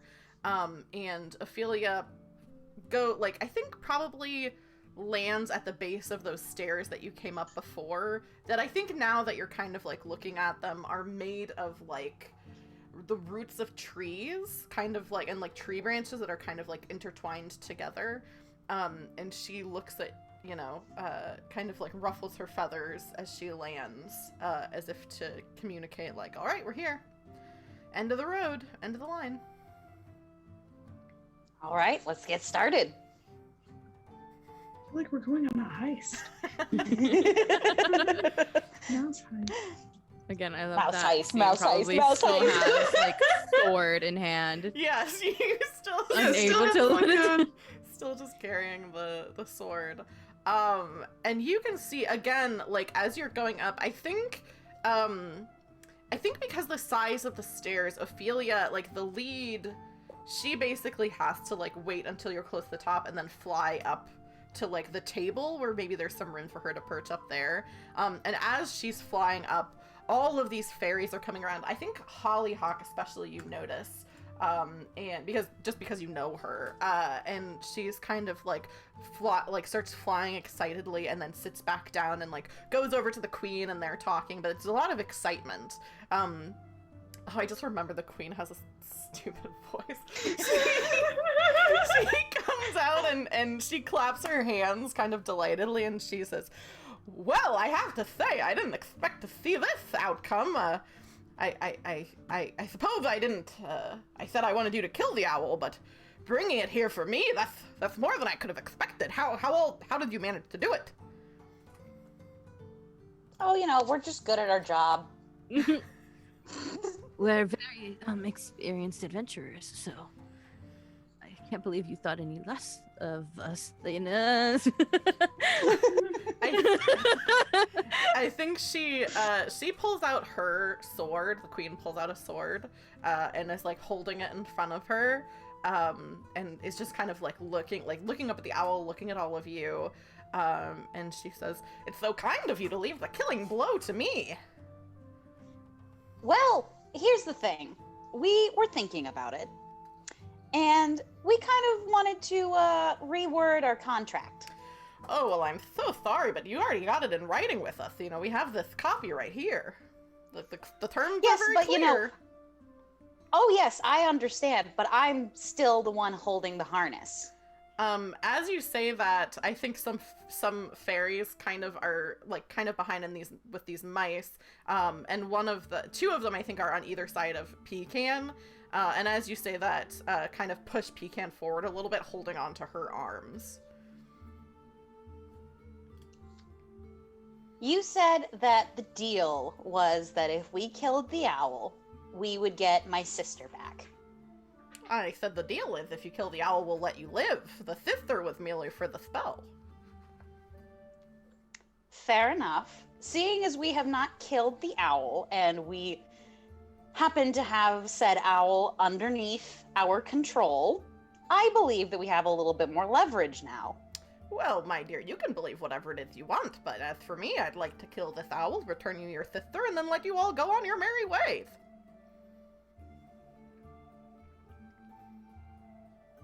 Fuck. Doesn't sound terrible. Hold on, wait, what was the... So what you're all right now attempting to do is get as much of the Fey Court into this into this palace, which most of them are. The queen and some of the other fairies are outside of it right now. I think maybe like 3, like the queen, Hollyhock, and then 2 other fairies are out here looking at this owl. The other 4 fairies and the mice and Pecan are in the palace right now. And Okay. Alphelia is kind of like looking at you, kind of like turning her head, not saying anything. But you can see she's starting to get kind of antsy, maybe. Now, everybody settle down. And we were thinking, you know, it'd be real cool to kill the owl, but wouldn't it be even cooler if you made it part of your regime, you know? I mean, the owl's pretty deadly. No one messes with them. It would be a good thing to have on your side, maybe, right? You have all these mice. You could keep them in line. No, I know that the Fae are kind of a petty folk. Just an observation. Cherry's just saying Still that. mad. It's not at all helping our cause here. The Fae are a petty I folk. think it will. It'll take me a second. If we ever do merch, I'm gonna do merch that says the Fae are petty folk. I love it. Yeah, the Fae, yes. The Fae tend to what's the word I'm looking for? Tend to exercise more tit for tat measures. I think that rubbing salt in the wound of having the human in your employ and then having access to the Fey lines, I think that would definitely sweeten the deal. So you'll listen to what we have to say. Who told you that? I hear things. Have you been talking to this owl? I didn't say that. Everyone knows about the war between the owl and the Fae for the tower? lines. The Yeah. ley line tower. I suppose. I mean, you must Common obviously want knowledge this among tower. the mice. Oh yeah, absolutely. You know, rumors make their way around. I mean, it's obvious that you want this tower for something, and I just put my ear to the ground, put 2 and 2 together. It's not hard. Hand over your tether for the owl, and I'll return your sister, and we'll call it even. That's not even. That's, Because we are handing over the owl and the spell. yes, and that was our original arrangement. That was to kill the owl. Yes, I suppose. I mean, would you like to kill the owl in front of me, or shall I return the spell, return your sister, and then we'll kill you? I want all the other mice in the castle. I'm afraid that's a no-go, my dear. The mice are so happy here. And when she says that, the mice kind of like have a little cheer and are like, "Hooray for the fairy queen!" like cheering her on. Okay. So, like, they're really not held captive, or like I that's don't part know. of the captivity? I would say everyone cheering something in unison is maybe more evidence that they are not of their own volition, but Yeah. Okay. Something about them flower crowns just don't sit right. Says the person who still hasn't put the sword down. But yeah. Listen! so she's speaking You from leave me and the experience. newly named Greta alone. Oh no, she's named it. And I too understand that we're at a bit of an impasse. I believe we are. As soon as you say that, she already has her sword. She is going to hold it up. Everybody go ahead. I think it's just one of you can make a it's basically like the characters, the enemy characters versus your character. So you don't all roll initiative. I think it's a I forget what check it is. Hang on. Combat. Dex save. So you can choose which one of you would like to make the dex save. For me, What's it'll... the highest dex? Yeah. I'm at 6. I think I Cherry. have a 9. Okay, Oh, it's gonna be Cherry because I'm no. at an 8. Okay. You got this, Cherry. Oh, so you we'll just see. want to roll. Oh, does it even? Yeah, I guess it matters. So yeah, go ahead and roll a dex save, and I will roll one for the Fairy Queen. And actually, I have her stats. I don't know why I'm looking through that. Okay, did you succeed on yours? I did not. Okay, she succeeded on hers, so they're gonna go first. She is going to make an attack on Ophelia. So she has a silver rapier, so she is going to just do that. And immediately, like, flies into action, slashing against Ophelia. I think Hollyhock is also out here. She is going to make an attack on... I think Cherry. I think it has to be Cherry. That's the most interesting thing. So personal. Yeah. So she's gonna make an attack with her rapier. So that's gonna be 4 damage to your hit points. Okay. And as long as your hit points don't go down to 0, that's chill. All right. I'm at a 3. Okay. And then there's two other fairies out here. I think they're going to each take an attack on one on Seam and one on Larkspur. Ooh, not good. So Seam, 8 damage to your hit points. Sweats nervously. Yeah, not good, because you at least still have 1. I think for some of you that would have been critical damage. And then Larkspur, that's 6 damage to you. As these fairies immediately, like, fly into action. However, Ophelia is also going to go in this bout because I'm also controlling her. So she is going to bite the queen. Nice. Gator. Okay, and does some damage. So, oh, actually, I think you see that when the queen makes a strike on Ophelia, that like she tries to like plunge it into like Ophelia's wing, but because there's so many feathers and Ophelia is so much bigger, it actually doesn't seem to do any damage. Nice. Ophelia snaps, like kind of shakes off this tether that you've kind of fashioned. That's not really doing much of anything, just as for appearance, and snaps her beak down hard on the queen's arm. I think her offhand definitely does some damage to her. And that is going to move on to the 3 of you. You all get a turn. What do you want to do? I have nothing but I can't use my bow and arrow with a sword in my hand. So I guess I'm gonna come out swinging, and with anxiety because I don't know what the hell this thing is about to do. Yeah. Is it possible for me to go first? Because I might be able to help you.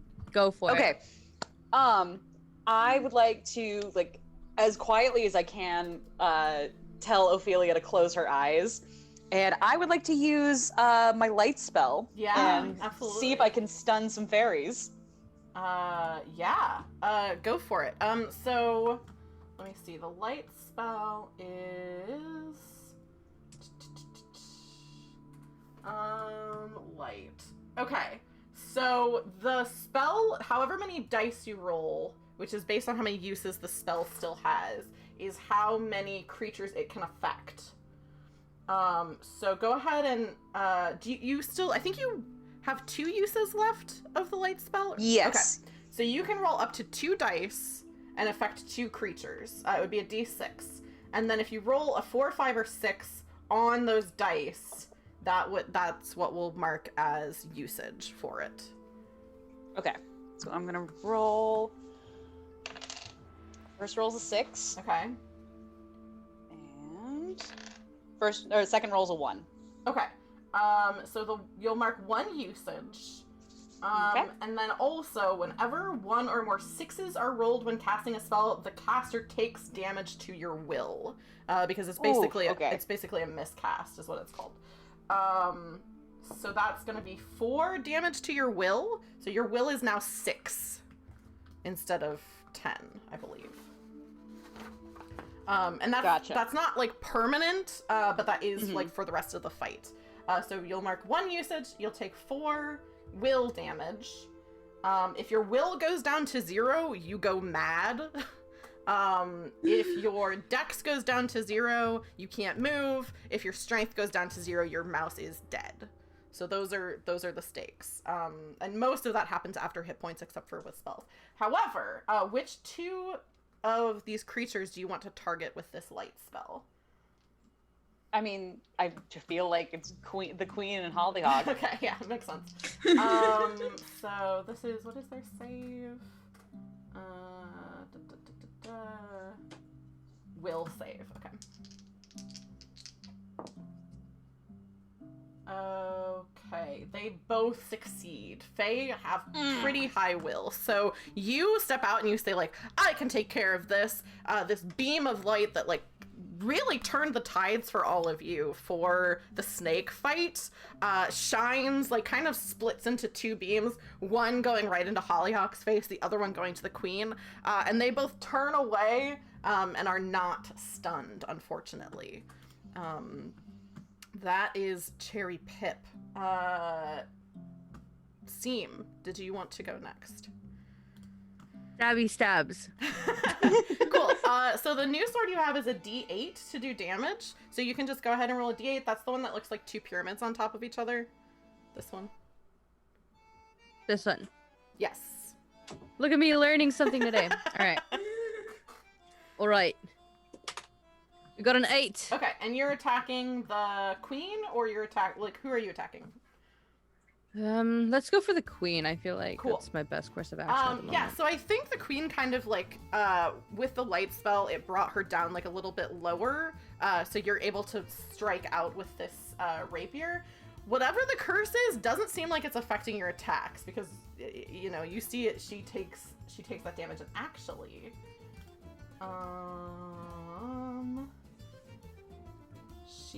I think that's critical, so let me see.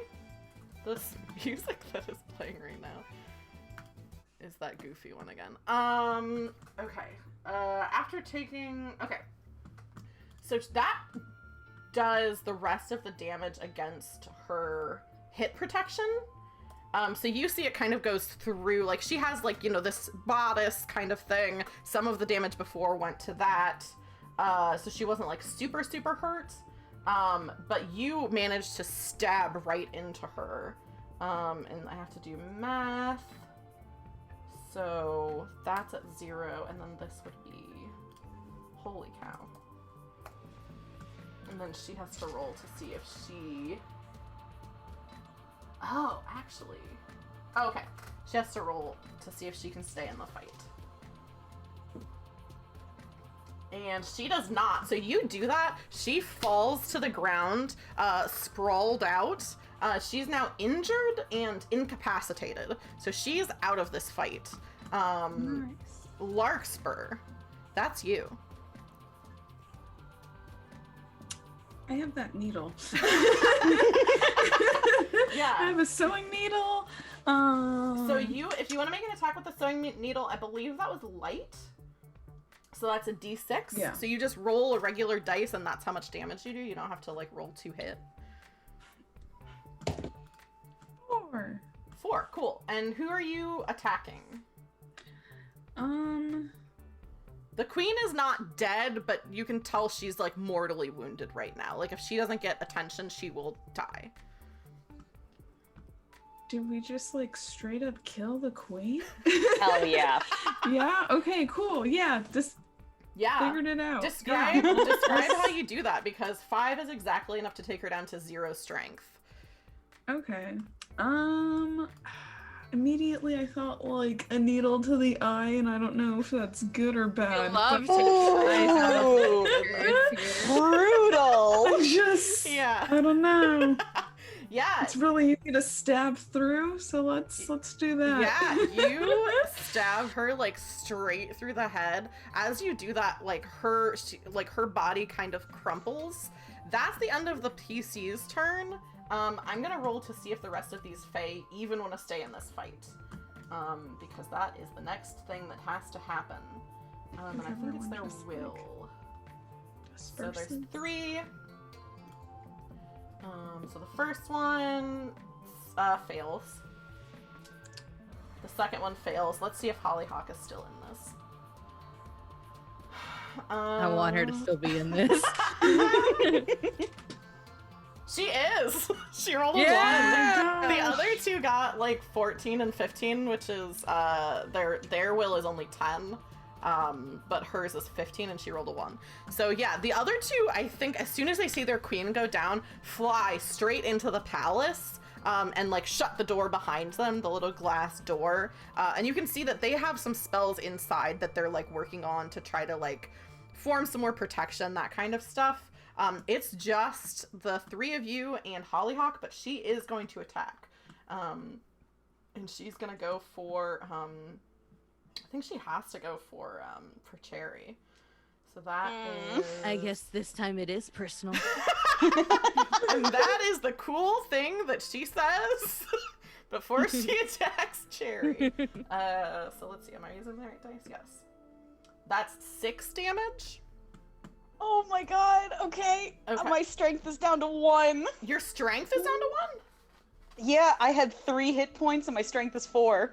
Oh my gosh. Okay, so go ahead and roll a d20, and you're trying to roll...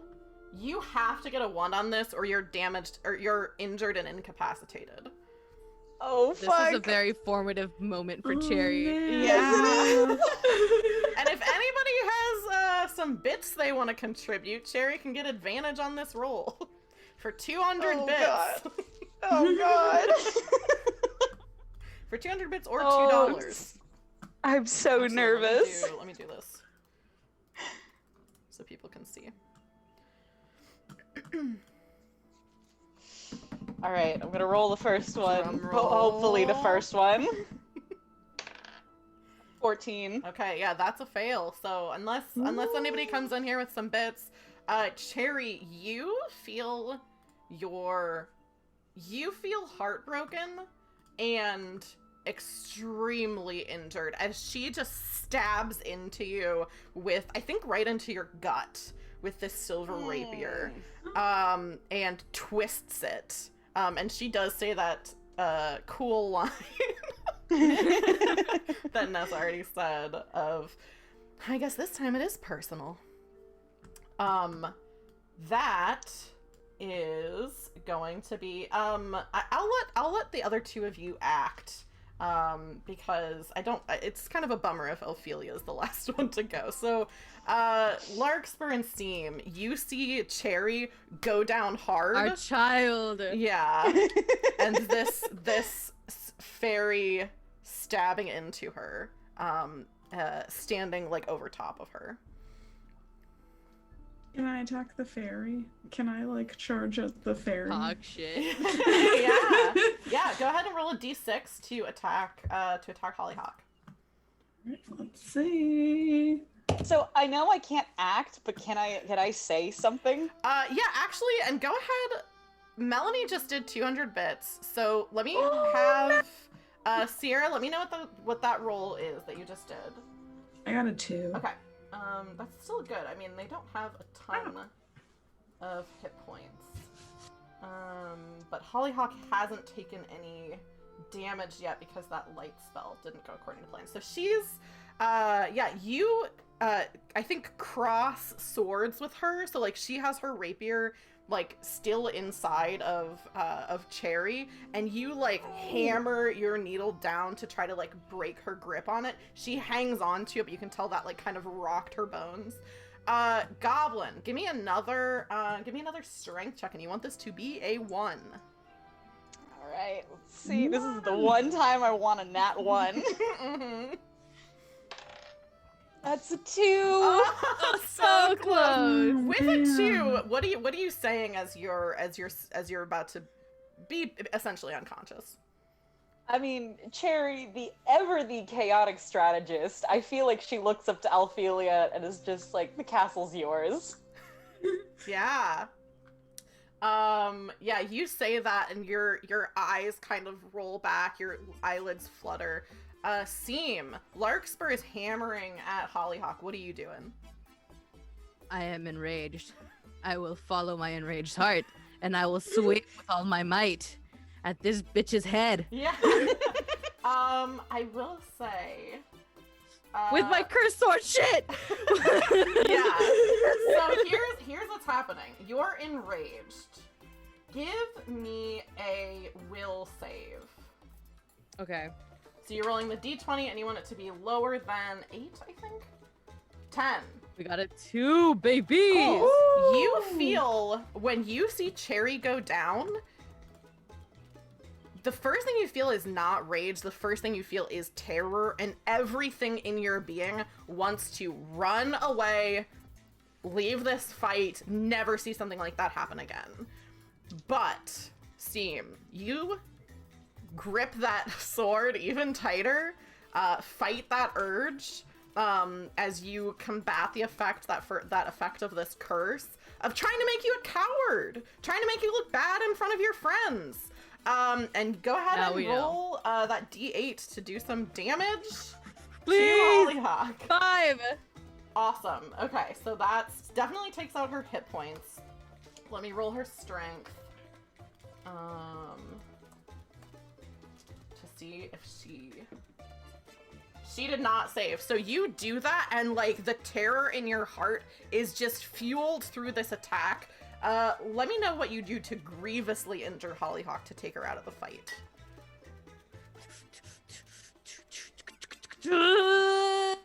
Let's say we go through her shoulder. Cool. You go through her shoulder, just pinning her to... Just like... Yeah, right. Tossed her over. Yeah, just pinning her down. And you see she passes out. The queen is dead. Hollyhock is passed out. Cherry, having said, like, take the palace, Ophelia flies up with, like, one strong, like, push with her wings, wraps her talons around. There is, like, a handle on the top because this, like, used to be a terrarium. Wraps her talons around this terrarium and starts to take off. Pecan is still inside. God damn it. Ah! Oh no. Well, bye, Pecan. And we don't have Cherry's quick thinking here. And I'm incapacitated. I can't say anything. Yeah. Fuck! Dang it. Larkspur! Larkspur, what you do have, you're kind of out of, like, immediate combat right now. I will say, Larkspur, you know that spell that you still have, like, can help Cherry out at least a little. Oh, that's right. All right. So what do I gotta do to use that? Yes. Okay, so let me go to that spell. So I'll say in this instant that you have to either help Pecan or help Cherry, who is like, if she stays like this, will die. Larkspur grabs this stone and goes to help Cherry. Seam, what are you doing? While I look for this spell. I fish hook and spool onto the frickin' thing. Yeah. Then I'm doing it. Yes. All right, what do I need to roll? I think this is gonna be I think this will be Dex again because that's what you used last time to try to wrap it around. And I think, yeah. Let me know what you got. We got an 8 on the line. Nice. I'll say with an 8, you see the handle to this door and think like, if I can get that door open, maybe Pecan can just jump out. So you can grapple on and be taken with it, because the grappling hook is there. Let me check the spell to see what's happening with Larkspur. Hang on. I can't find where the spells are in this book. I keep scrolling past them, I think. Oh, here it is, yes. Cool, so go ahead and roll a... oh! I'm sorry, this is exhausted or fright. I'm gonna bend the rules and say it can remove injured, because you can do stuff to do injured anyway. So go ahead and roll a d6. and you can remove this injured condition from Cherry Pipp. And if you get a 4, 5, or 6, you'll mark a usage of the spell. I got 4. Okay, so mark a usage of the spell. Cherry, you Seam is like swinging this grappling hook and like grabs onto the palace. Cherry, your eyes pop open. Larkspur is over top of you holding this spell. Having never used magic before and managing to not roll a 6, so has not damaged himself. And your eyes flutter open as you see Pecan, her face pressed up against the window of this palace, as it's taking off away from you. But Seam, let me know what you're doing, because you did get a successful roll. I'm trying to think, because I have Chewy, but like I don't know if Chewy's gonna be helpful in the situation, because Chewy's not the strongest little bug we have. You know, like, yeah, you're gonna drag me through water.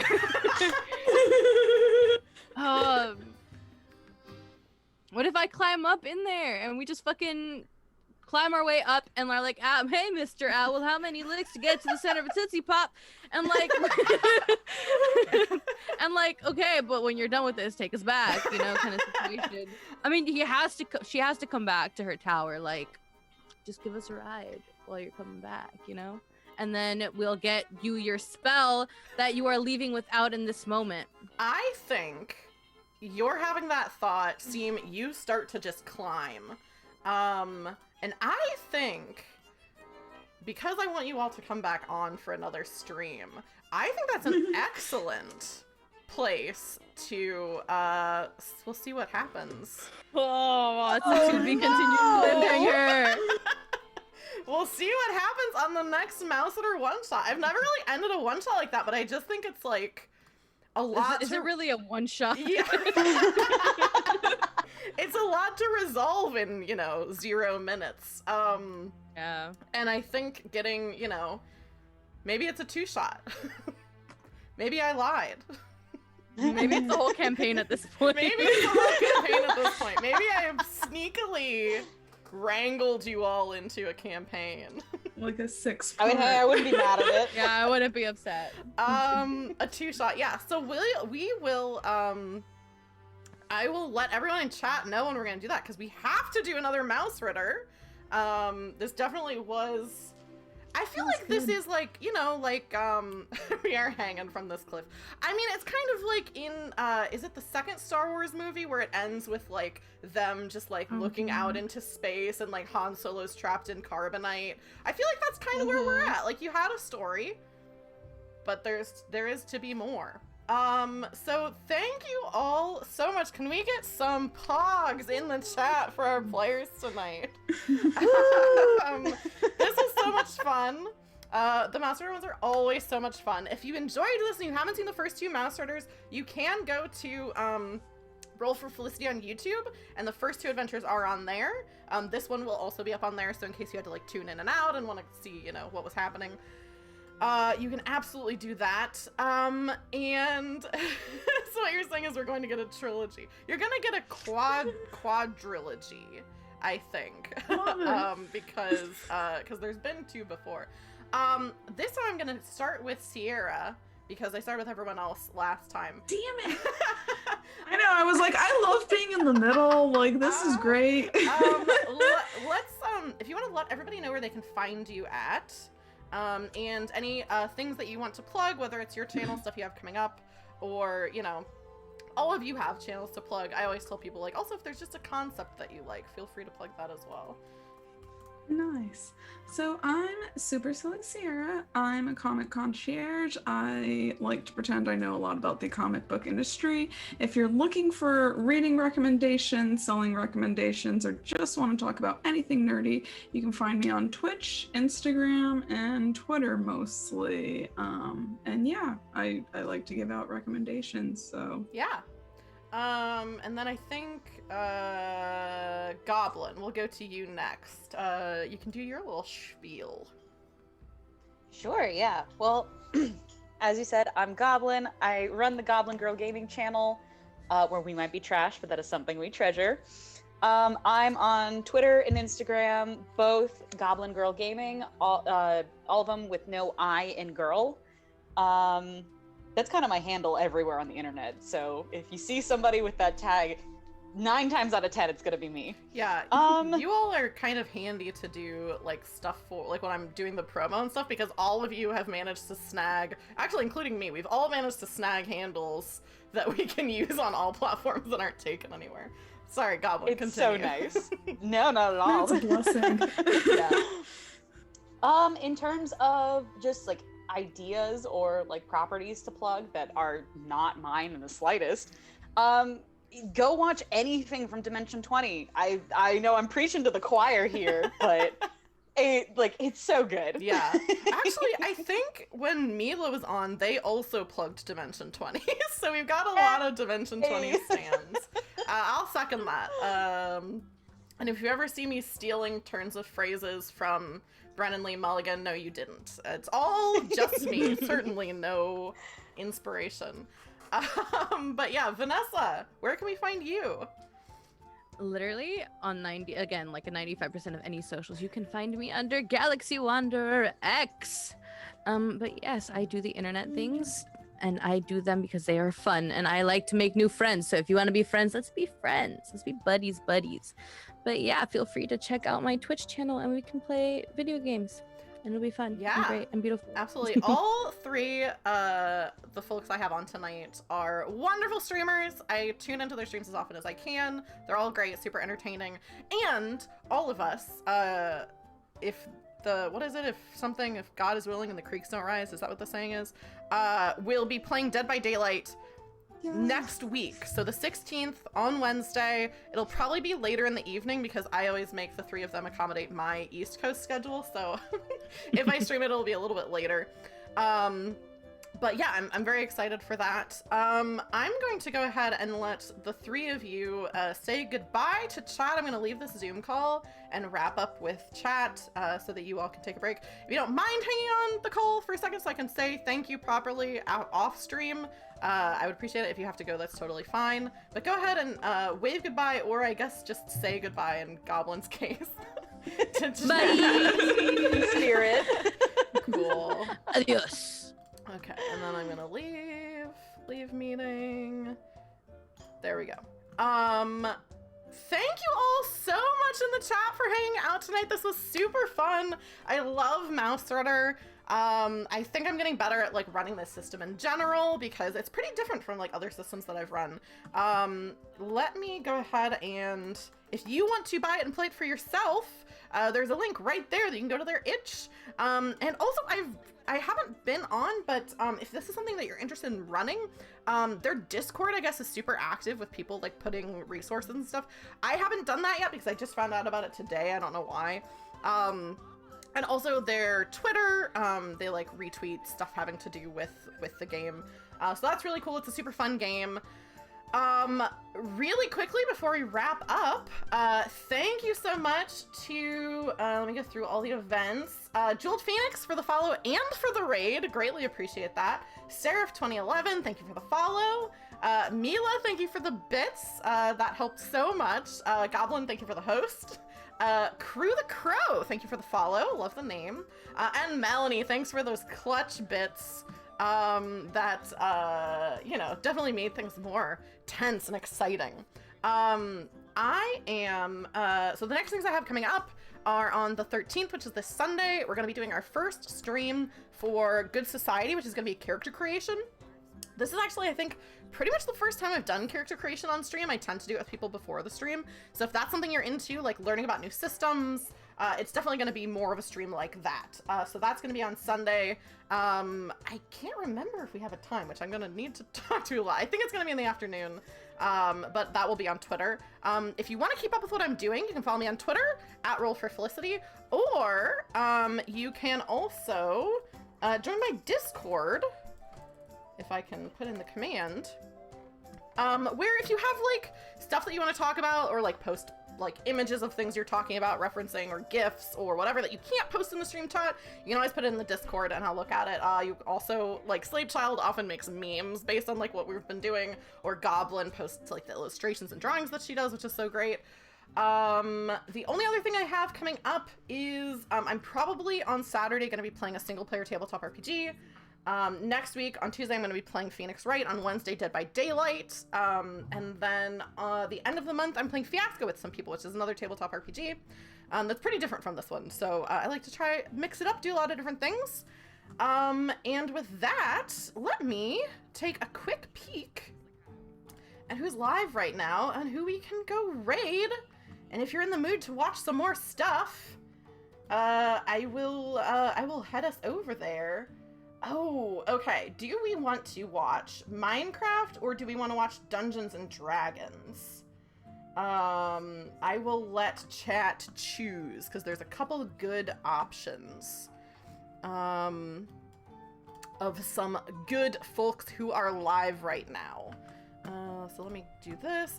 If you are coming along with the raid, first of all, D&D, cool. I will do D&D unless there's a wave of people saying Minecraft.